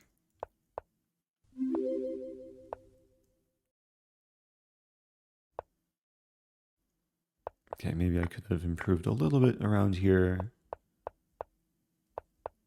But yeah, this is a funny position with the double pin. You don't see this too often when there's pawn tension where both pawns that are attacking each other are pinned to their respective kings. Thank you, Quintuple. A new Prime sub. Okay, so I'm going to take a small break. I'll play a few more games. But for now, watch a game. Maybe put on some Yasser. A huge positional threat. Watching Piano Puppy. Get some Pentatonic too. And I will be back momentarily. Chat, behave yourself. Mods, feel free to run a poll, whatever type of poll you want. Be creative, and I'll be back.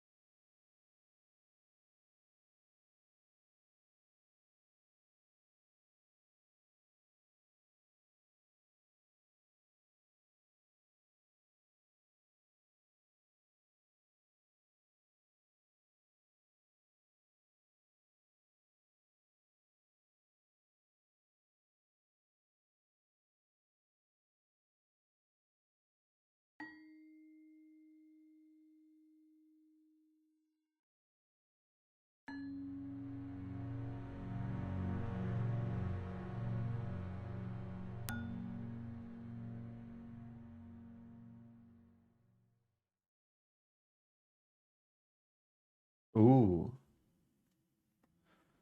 I see the poll. When do you start playing chess? I guess I'll respond to this poll over 10 years ago. For me, it was over 20 years ago.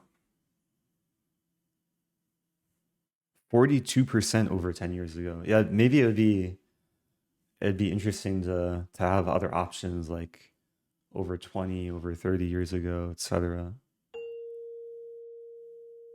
11% less than a year ago. Wow. I know some people like they learn a long time ago and take a break and come back to it. Some people still not sure what chess is. That's okay.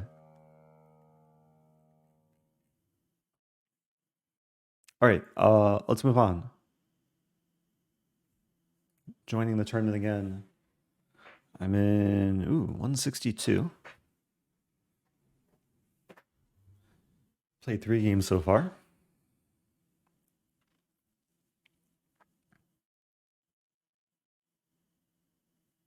Yeah, this is the nature of classical chess because I've been streaming for almost 2 hours.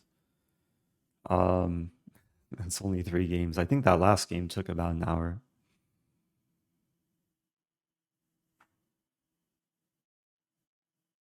There's 71 people who have voted in the poll. Say over 10 years ago. Wow. There's a lot of people learn when they're kids and then yeah, come back to it at a later point. All right, play e4 this game. We got to get to critical mass here. Oh, it's Yasser. I don't think Yasser was talking when I initially turned it on. I'm gonna go. Oops. And then came d5. Take on d5. But Should I leave this on? concrete analysis suggests that black stands quite okay after such a line.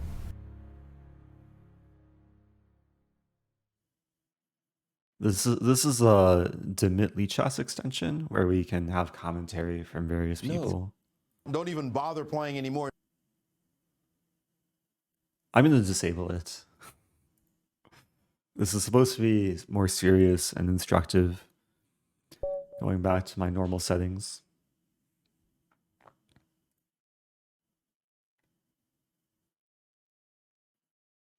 But it's fun to mess around with once in a while.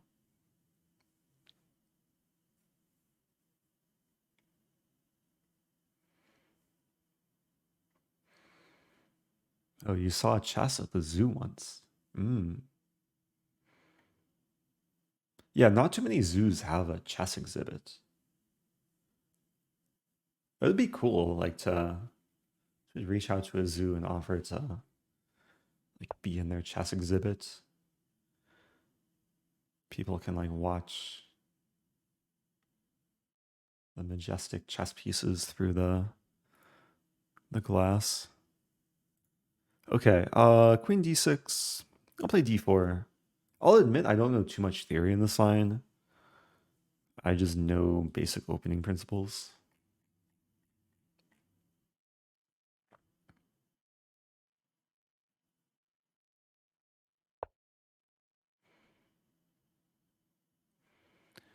Yeah, so knight f3 I think is the most played move. I know there's some line with like g3, bishop g2. There's also a line with like bishop e3 and queen d2 and bishop f4.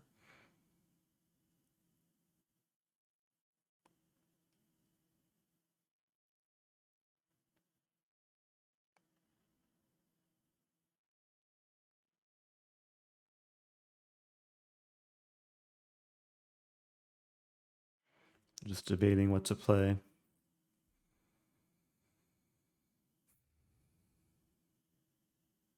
I'll go for knight f3. Knight f3, bishop g4. It's annoying me that I just don't have any like memory of my preparation here.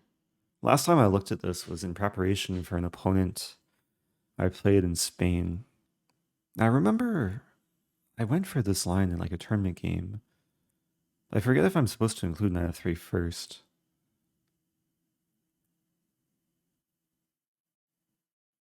Maybe not. Let's play this. I'm going for the very quick queen d2 and etc.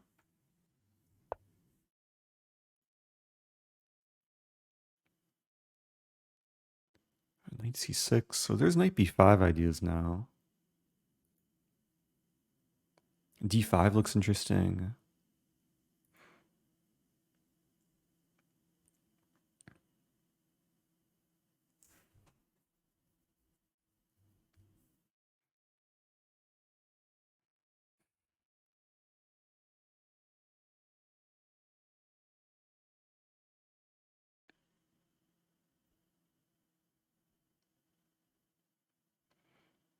So I'm looking at d5. It's the most forcing move. And black has a few options. If knight b4, it hits a pawn a bunch of times. I have bishop c4, bishop f5, bishop b3.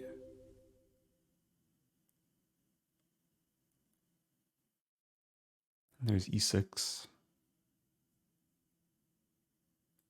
F.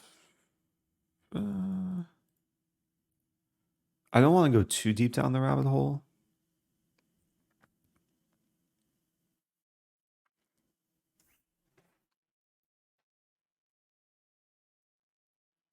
I was also looking at d5, knight e5, knight b5. And there's queen b4 check, c3, queen b2, knight c7. That looks good for me.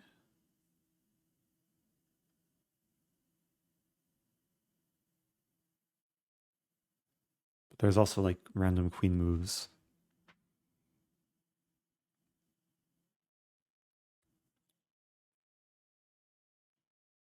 Hmm.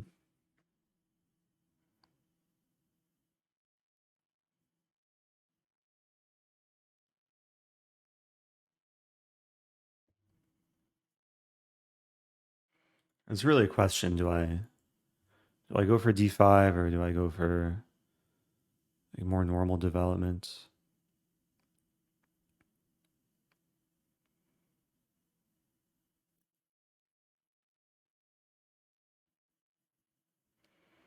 d5, knight. So knight b4 is really I think the critical line. Maybe have bishop b5 check. Bishop f5, bishop c4, bishop f5, rook c1 is another line. I want to play a3, but then there's like c6 or e6.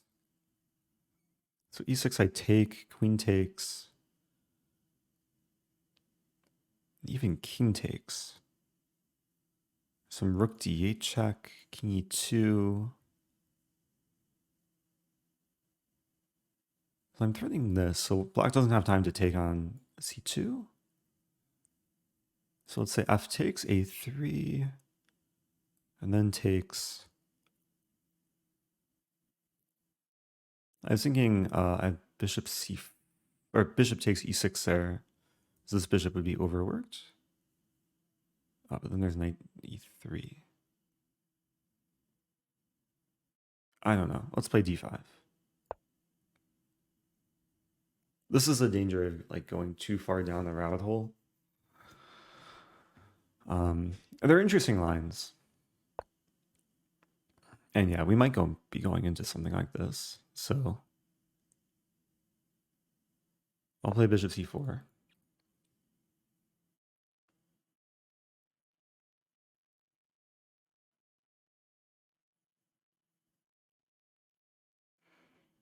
I'm assuming this move is coming.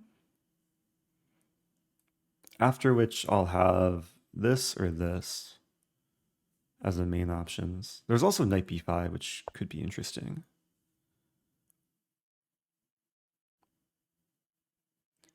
But probably bishop b3.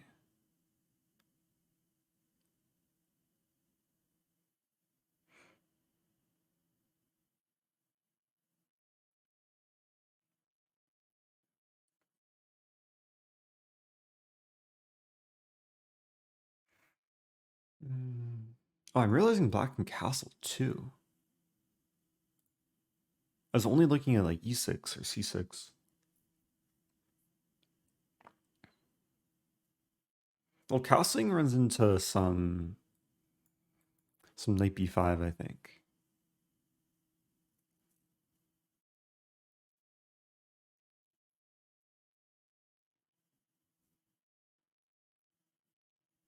Let's play bishop b3. I'm ditching the whole rook c1 line. This is just a more natural move. Okay, now I have this move. And black's playing quite quickly.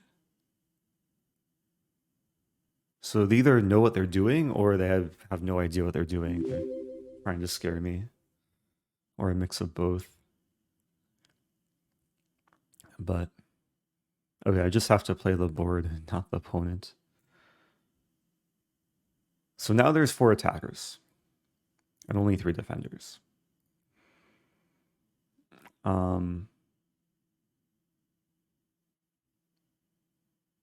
Black is threatening to take on d5. But if I play knight b5 first, then things become kind of concrete.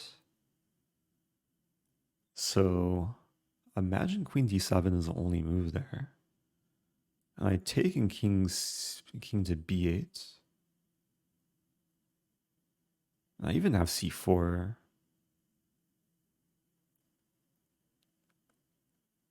Holding on to the pawn. Allowing knight d3 check.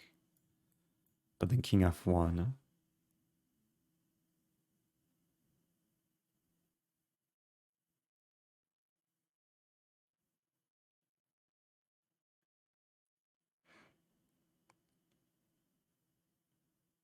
Oh, there's also queen a6, but I don't think that will be played.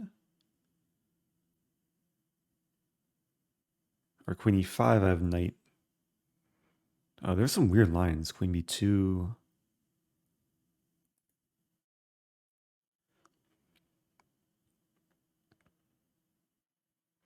Man.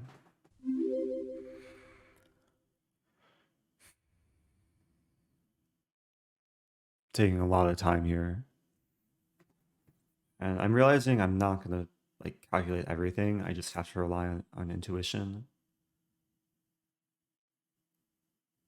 Okay, in the line with queen e5, I think I just check here, knight f3 takes and castle, and then lose c2. But then should have enough counterplay. Because whatever it takes on c2, I play queen e2 and pin, and the rooks would be connected.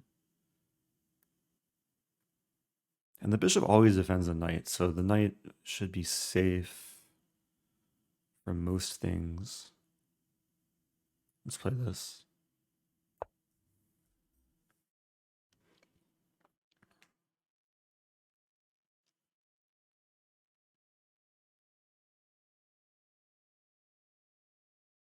I mean, the queen's a target here. Also realizing there's some queen d4 resource. But maybe it doesn't quite happen in these lines because now the knight's hit. I really didn't think black would play this move. The queen looks wrong here, but it's interesting. I can't play this because I'm tied down, even though maybe I could consider it. So there's a4. The pawn is also hanging. So black has 2 threats. c4 would defend everything. But then there's c6.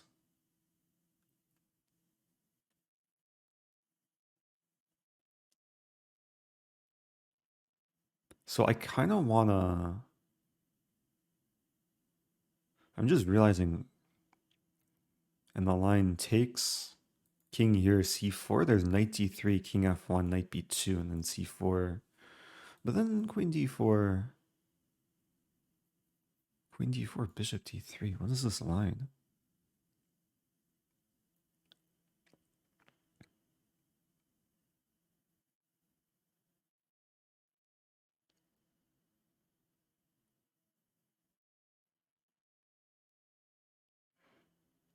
Another resource is queen f3.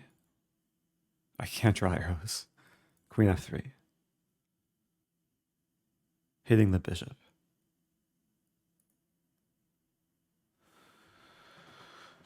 Choices.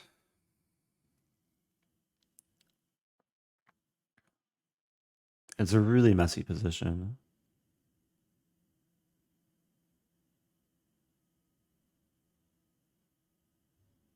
There's lines where I sack on d5. Queen f3.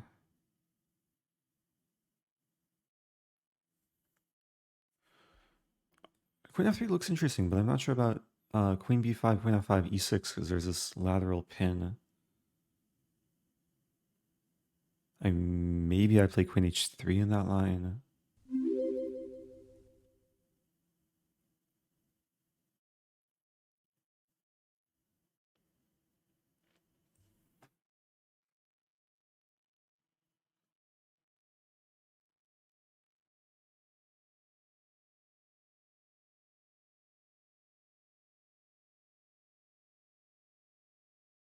At this point, I'm trying to just hold things together because it's a very risky position.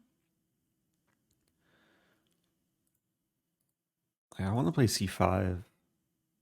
c5 or c4 might be the way to go. It allows knight d3, king f1, knight b2, queen d4, bishop d3, king e1. Looks okay. Queen a5, bishop d2. I am hitting the knight.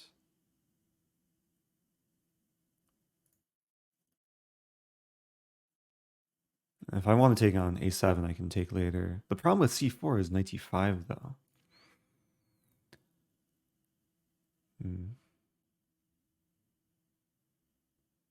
Oh, wait, no. Knight d5, I take on a7, then take on d5. I think I just play c4.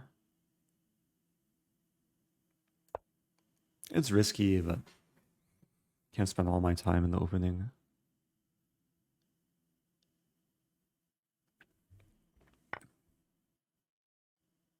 And these moves coming fast. I thought I have this and this, but now I'm realizing I probably just blundered.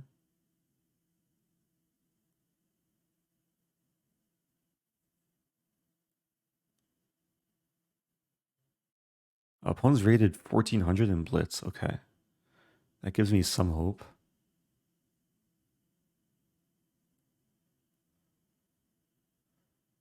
Knight d5. What a move. I'm thinking queen f3. I wanted to go for this, and this. After which I would be up a piece. The problem is knight d3, which is crazy. Oh, but then king d2? Wait a minute. How bad is this? Knight a7, king v8 takes here and then here.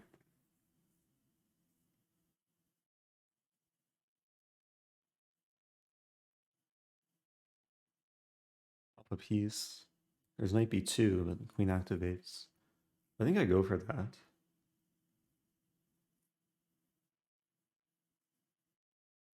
I'm losing, but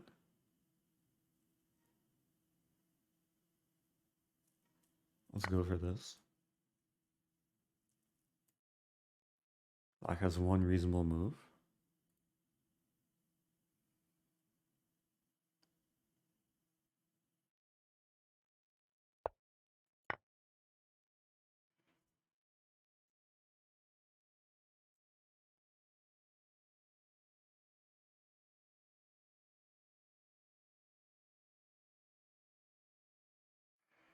It's possible Black just thought they were taking advantage of my overworked pawn and missed knight a7. So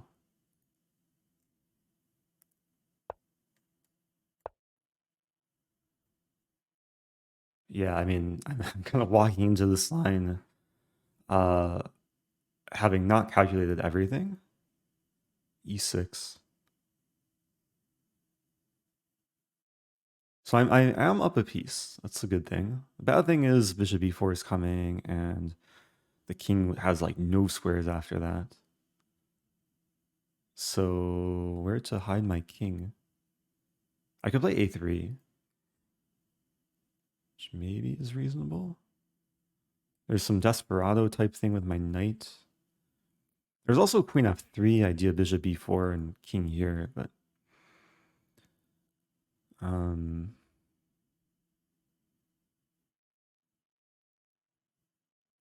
yeah, position is getting really messy. I want to set up bishop c4 somehow.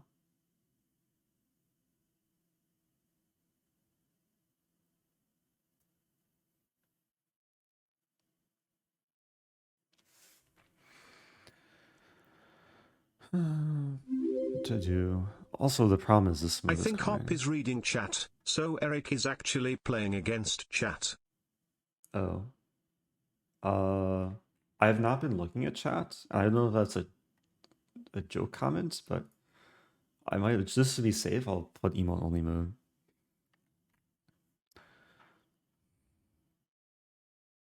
Okay. Try and focus here. I want to play g4.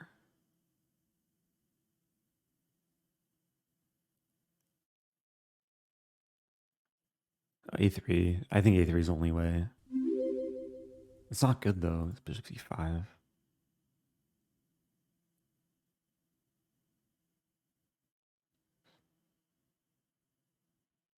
It's still interesting though.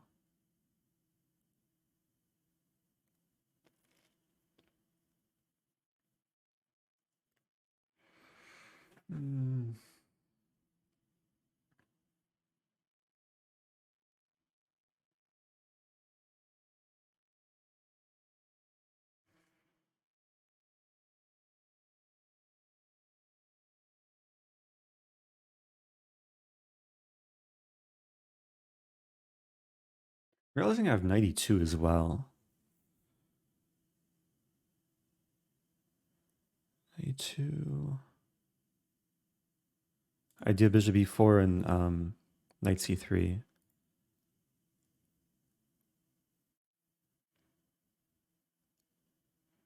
Knight b2, queen c1. Queen d3, king e1. Let's try it. Took me a long time to even consider this move.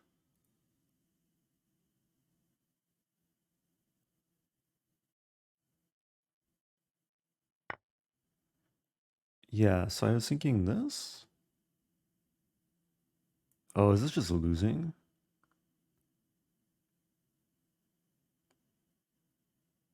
Black found that really quickly too.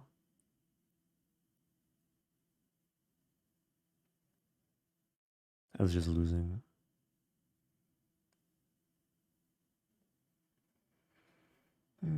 What to do? Oh no, my rating.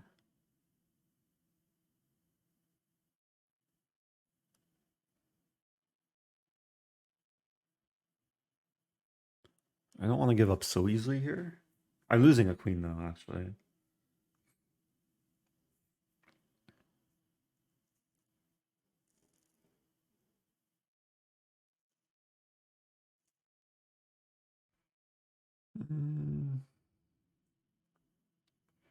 Yeah, the problem is bishop e4. Like knight c3 just doesn't is not gonna help me. Unless I play queen f1. Queen f1 looks terrible. The point is after this there's no queen d3.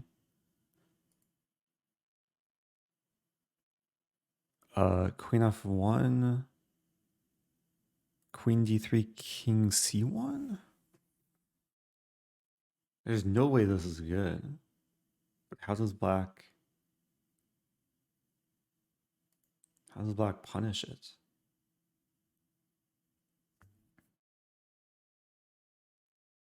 Oh, there's too many ways for black to win there.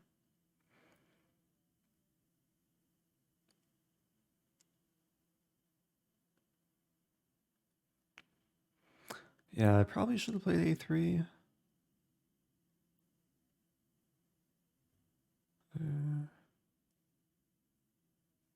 Realizing this could be an interesting move. There's still bishop b4.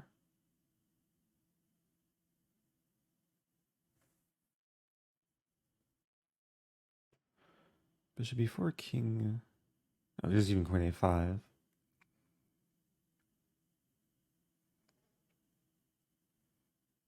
It's completely losing. I'm just looking for ways to resist even just a little bit. I'm thinking this move, actually. I'll just be down a queen, but...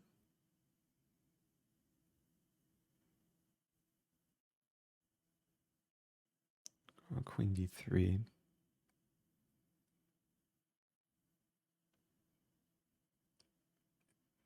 It's crazy how quickly this has crumbled. Bishop d4, no. Knight f4?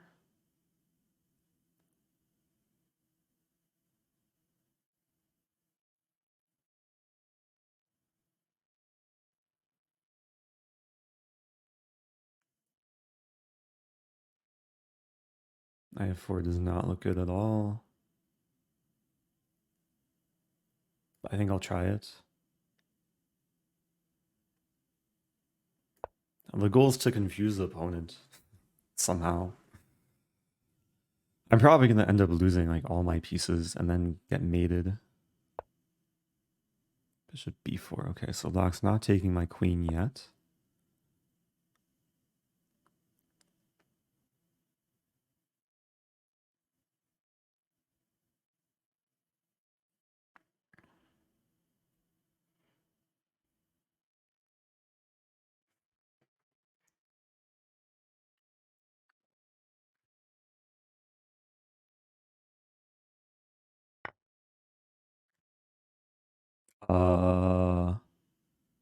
Let's not take here because of the maiden one. I have to take this way.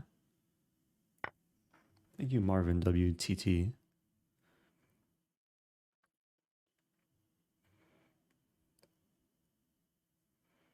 Okay, so I do have 2 knights for a queen. Actually, 2 knights for queen and pawn. e5.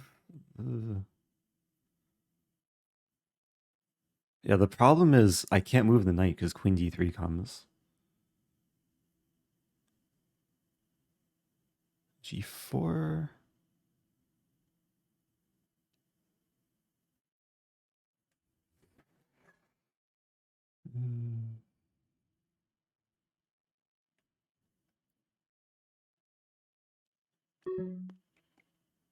Again, I'm just trying to set up tricks. I think I'm gonna play a4 and knight b5. Like, what else to do? There's also this and this.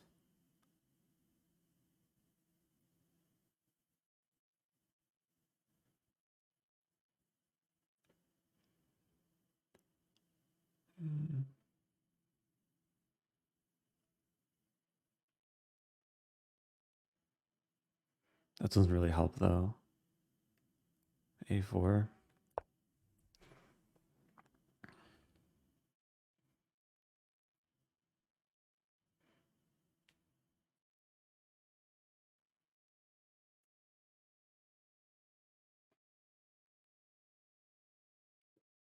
I've used all my time too.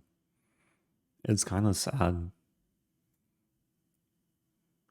I'm gonna lose a lot of rating this game.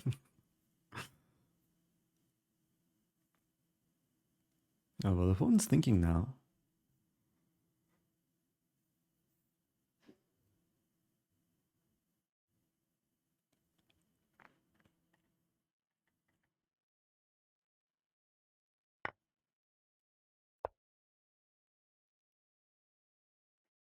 Okay. So What am I having for the queen? I have absolutely nothing for the queen. I'm just down a full queen. I guess I have 2 center pawns.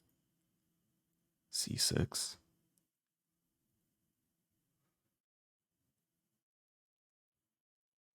King E2? Delayed button? Let's play this move. A counterattack.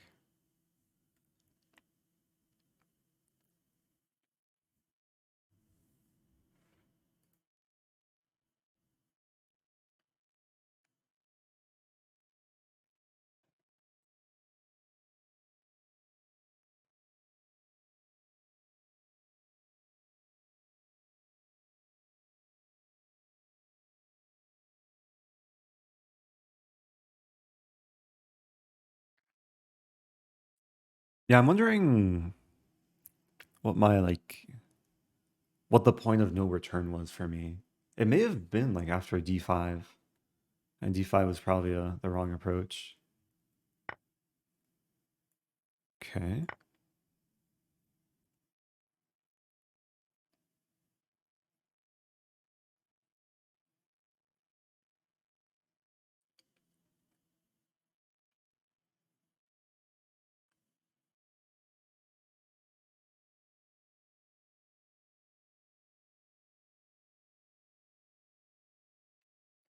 Weird, black was playing so quickly when the position was complicated.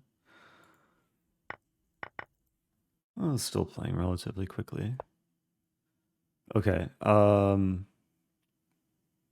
I'm preventing queen d3. I'm hoping for queen f1.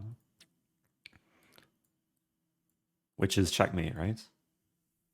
And a skewer.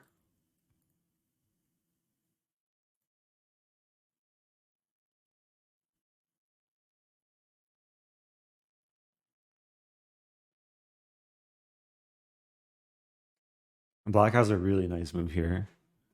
Let's see if my opponent can find it.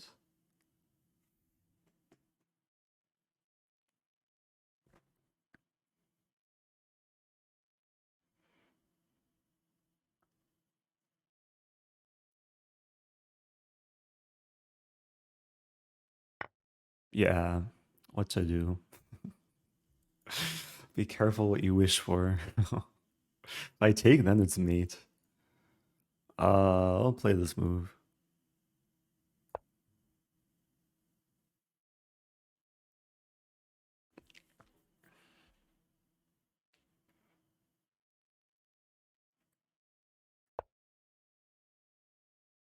What?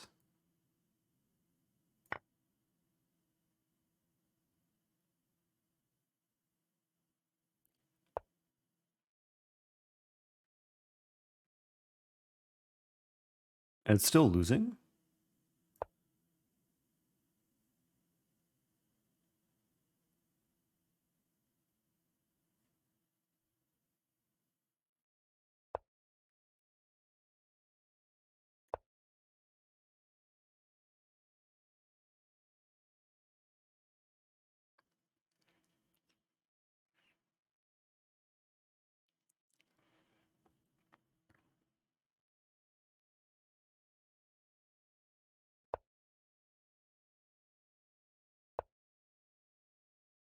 Get ready for it. Get ready for it.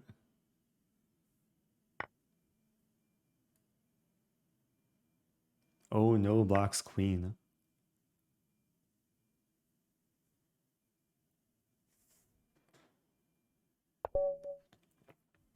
Yeah, it took black a few seconds to let's find this move. What to do?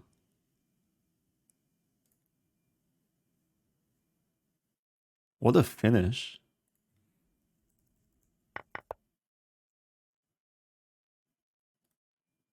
So maiden 7.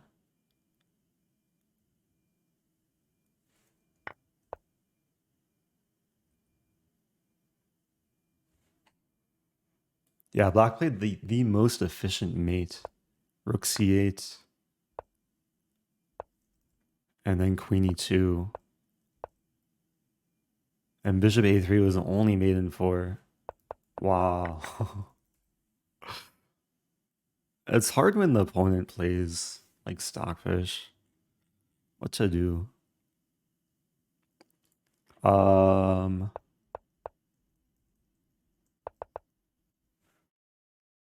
Black made one inaccuracy. Playing the Scandinavian. Oh, that's so funny. Okay. Oh yeah, we still have emote only.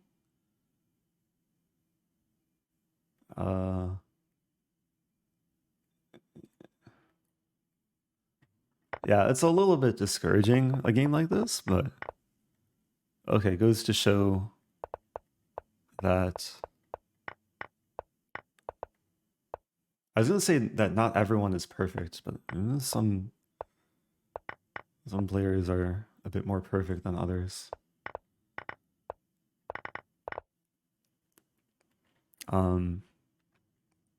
Okay, I don't know what to do now. Generally, don't accuse people of cheating until it's actually confirmed from Lichess. At least that's the proper etiquette. So I don't know whether to play another game or just end it there. Because these classical games, they take a while. And it does take a lot of energy to play. What to do? Thank you, Madge Badger.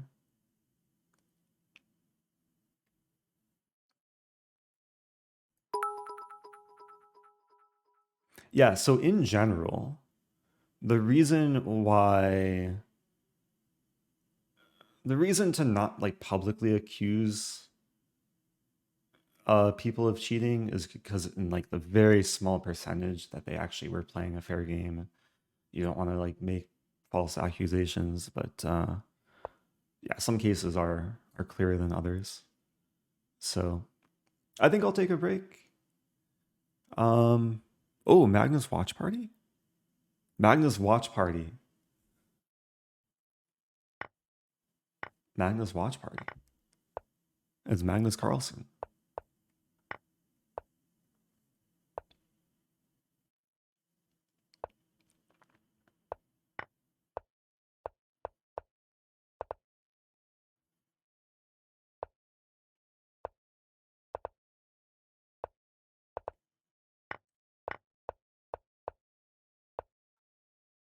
Oh, we have a what to do. People can vote in the poll. So there are like, I feel like this is a topic which isn't talked about like so much in depth. There are a lot of signs when someone is using assistance in terms of the pacing of moves and especially like finding like the most precise mate. But the biggest sign is when it's like confirmed from Lichess or chess.com. Like both sites have like very good cheat detection, and most sites are usually quite prompt when responding to reports as well.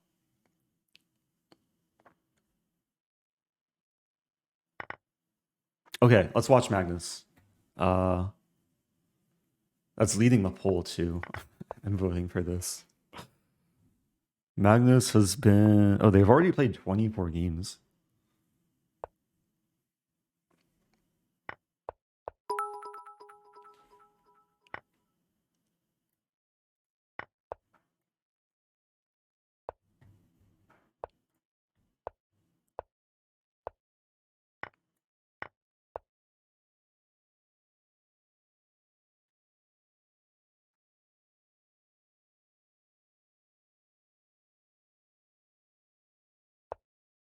Bear with me one moment here.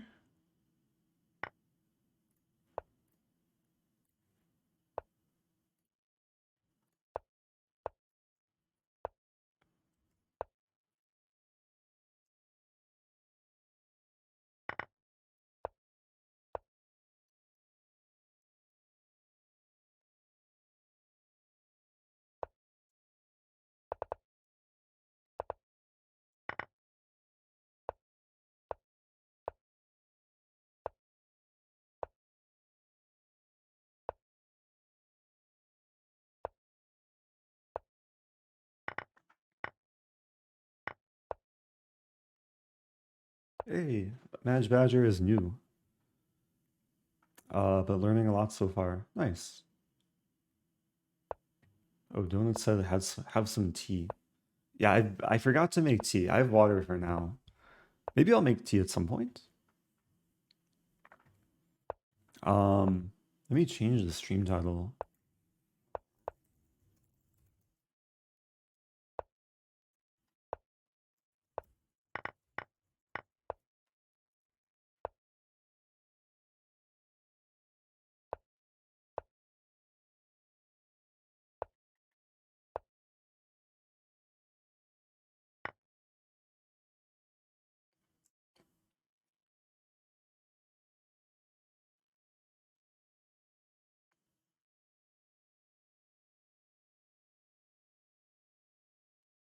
Yeah, Magnus has been having weird pawns, at least in the few games I've watched. Looks like he's about to lose his one. Down on time and down a queen for rook and bishop. You gotta take it. Ooh, counterplay. Yeah, 2 queens is too much. No stalemate traps that game. I will probably. Ooh, it's a Troxler. Is Joe here? I think Joe and Adfost are hopefully still here. Magnus Carlsen playing the Troxler. Joe and Adfost. Back to back. Wow. Yeah, so the point of the Troxler is you sack things for different types of things. It looks like a delayed like on cloud, but black has a file, more attackers and white has defenders on the king side. So I think white's already in big trouble. Knight f4 threatening this move. Also threatening knight takes d3 with like a massive attack against f2.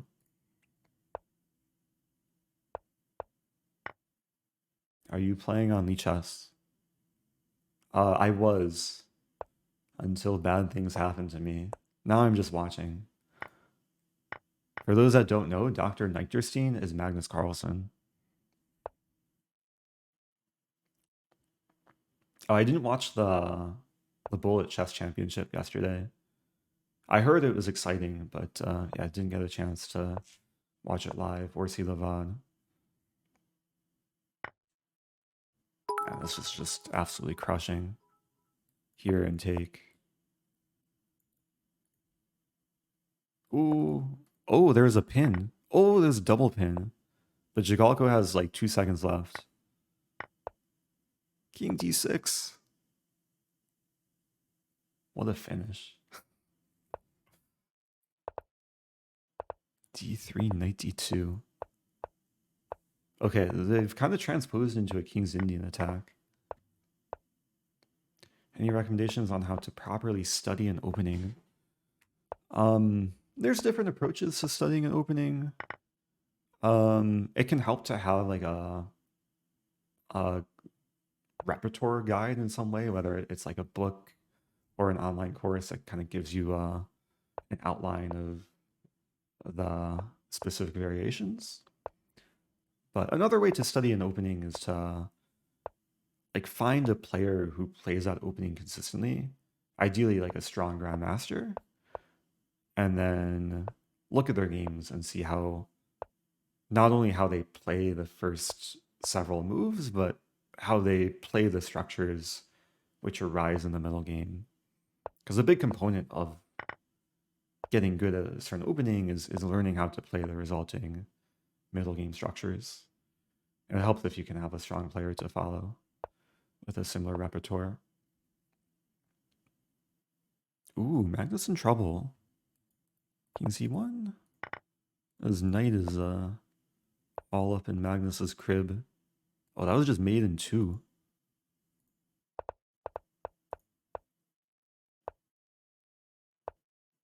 Hikaru or Magnus and Bullet? Probably Magnus. I think peak Magnus is probably a little bit better, but it would also depend whether they're playing on chess.com or Lichess. Because Hikaru is probably more comfortable on chess.com. And Magnus is more comfortable on Lichess. So could depend on the platform. Hey, it's Matt Black Matt. Thanks for subbing at tier 2 for 17 months. When is my Chessable Stafford course coming out? Yeah, I've considered making a course on Stafford, but I have so much like just free content on YouTube, and I think it's easier to just have YouTube content rather than a paid course specifically on Stafford. But I'd be open to doing like a more like full repertoire course at some point, especially with all the like aggressive lines that I play.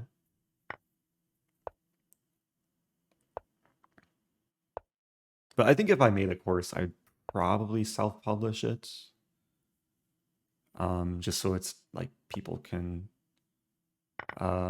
There's benefits to having control over distribution rather than doing it through a specific platform.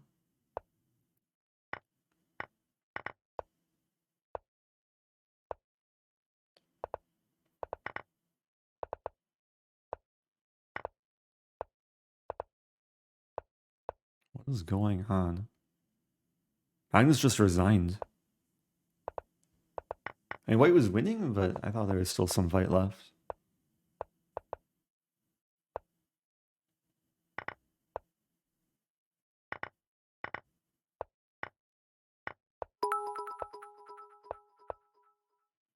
Shame about the cheetah. I've often thought I was playing cheaters, but turns out I'm just bad. Yeah, I think at some point Lichess, there was some, I forget where I saw it, but some stat that like the majority of cheat reports are what's the right word? Insubstantiated? Where it's easy to be suspicious, but there's cases where it's like very, very clear. And usually Lichess is like pretty quick on handling, like responding to reports, but there might be, it's a large website, so sometimes it takes a little bit of time. Yeah, unsubstantiated. I was nervous about pronouncing so many syllables. So, yeah, I think I'm done with classical chess for the day. Ouch, Magnus lost 3 in a row. I wonder what the most amount of games Magnus has lost in a row is. I don't think he's ever been adopted, because that would like easily make the front page of Reddit, or at least chess Reddit. Oh, no more Troxler. Magnus playing a like delayed Caro Kann, d6 and then later d5.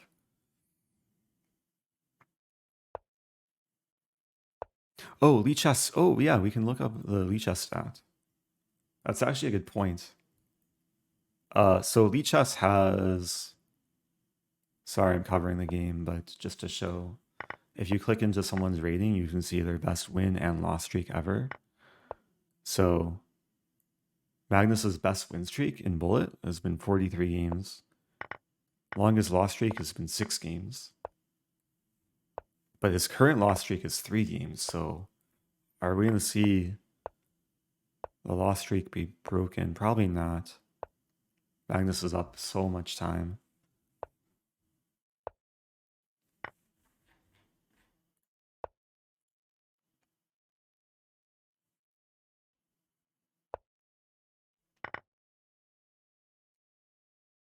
Oh, what's your best win streak? I actually don't know. I want to say at least 30 games. I'll check. Yeah, Magnus grind this one down. Jigal goes fast, but too much of a time deficit.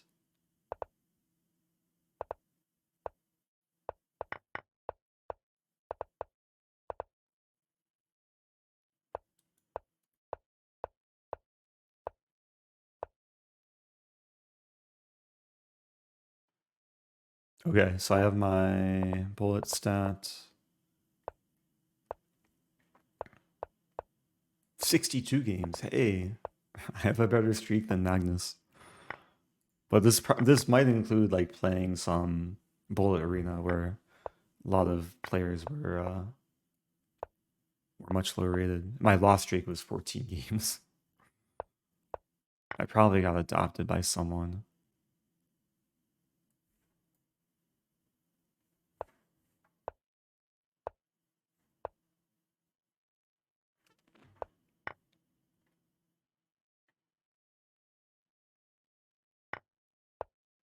There was a 1980 that beat Magnus. Oh, that's another cool stat. You can see like the best win and worst loss ever.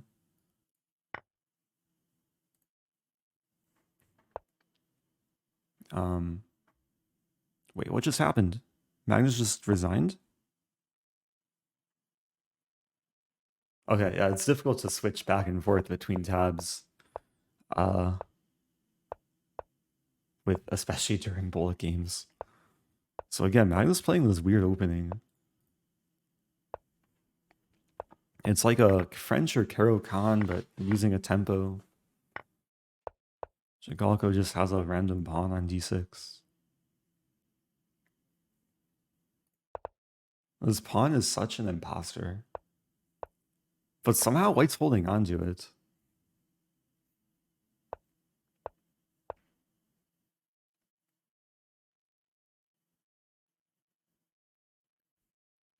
I assume z5 is coming.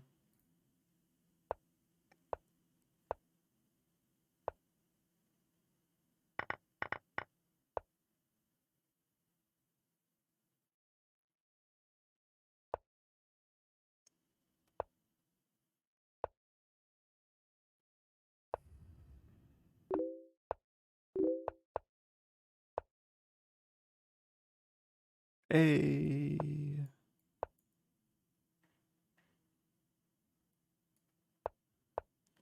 Okay. Justice served. Okay. But was my rating refunded?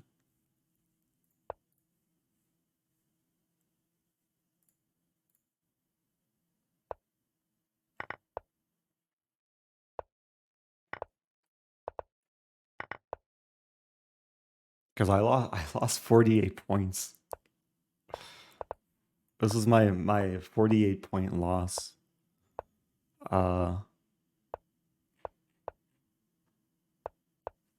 Classical.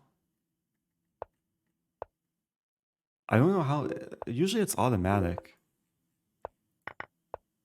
Hey, my rating was refunded too. Shout out to the responsiveness of Lichas. That only took, what? Took 10 minutes. But it's probably, it's a good sign it took a little bit of time. Because there was probably like some investigation. Okay.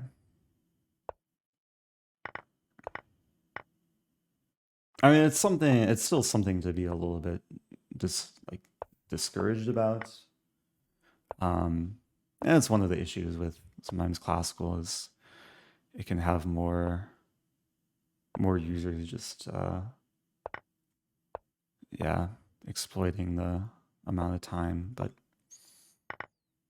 okay, at least no rating was lost.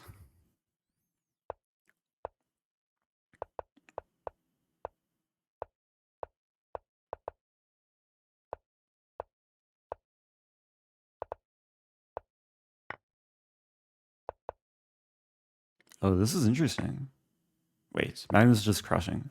But he's a little bit down on time. But he's almost mating? But not quite. Oh, tricky knight. Knights go hoppity hoppity. Magnus about to get dirty flagged. But maybe not. Take the knight, take the pawns. Oh. Madness got dirty flagged, but it's a draw because insufficient mating material. Oh, rage quit. Dr. Nectarcine left the game.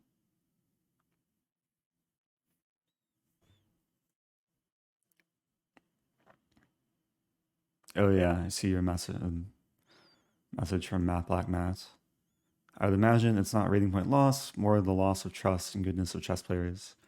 Yeah, the thing is, like, I'd say 98 to 90%, 98 to 99% of games I play on eChess, it's all fair play. Same with chess.com. Like they have very good systems, so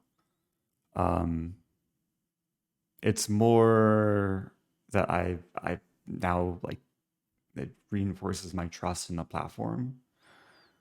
And yeah, I don't want to like generalize like all chess players or whatever.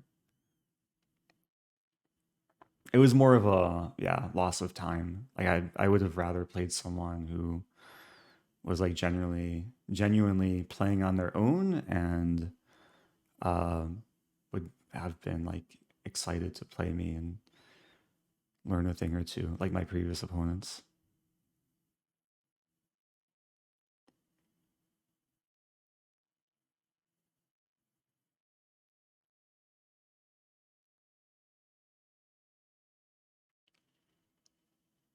But I've had my fair share, like over the course of several months. Sometimes it's less obvious and I don't point it out on stream. And it's not something I like to highlight, but it is part of like the online, just online chess in general.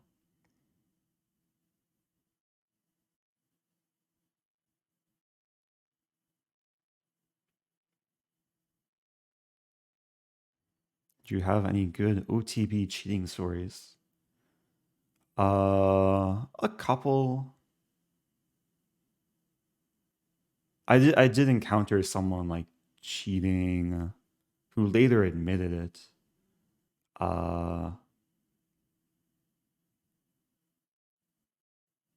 But overall, I think I've had good experience. Like, again, over 99% of my opponents it's been fair play.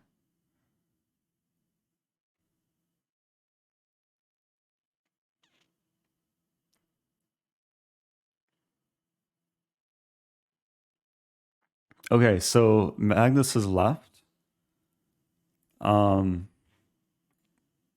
Apologies. I would have liked to play more classical, but I think I'm going to take a break for the day. I finished. I wonder if Lichess. Oh, so my rating deviation fell below 100. So that's some success. I still need to get it to 75. And yeah, this isn't correct. Lichess might have to update their code to account for when ratings are refunded. But anyway, I'm gonna wrap things up. Find someone to raid.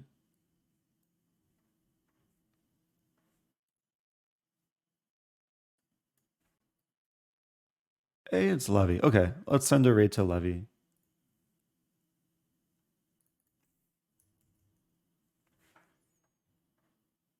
Oh, so Levy posted on Twitter this he's switching careers.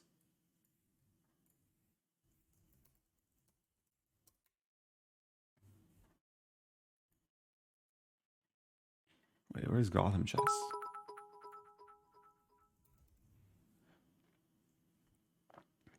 Hey, thank you, CL Smith. Yeah, I appreciate the love from everyone.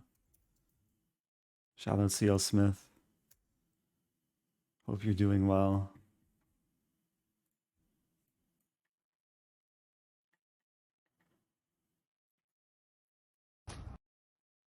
Yeah, this is Levy's Twitter video.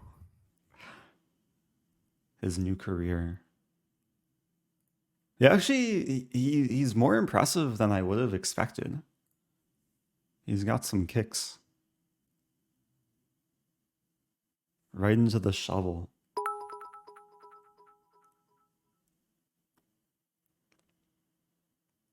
Oh, I wanted to post... I don't know if I can find it. Hacky sack. No, next time I'll share a video of some hacky sack. But for now, okay. Goodbye to everyone. Goodbye to Matt Black Matt. Thanks for the bits. Thank you, Axer Typo, for being here and for modding. And everyone else, send some energy, and I'll be back.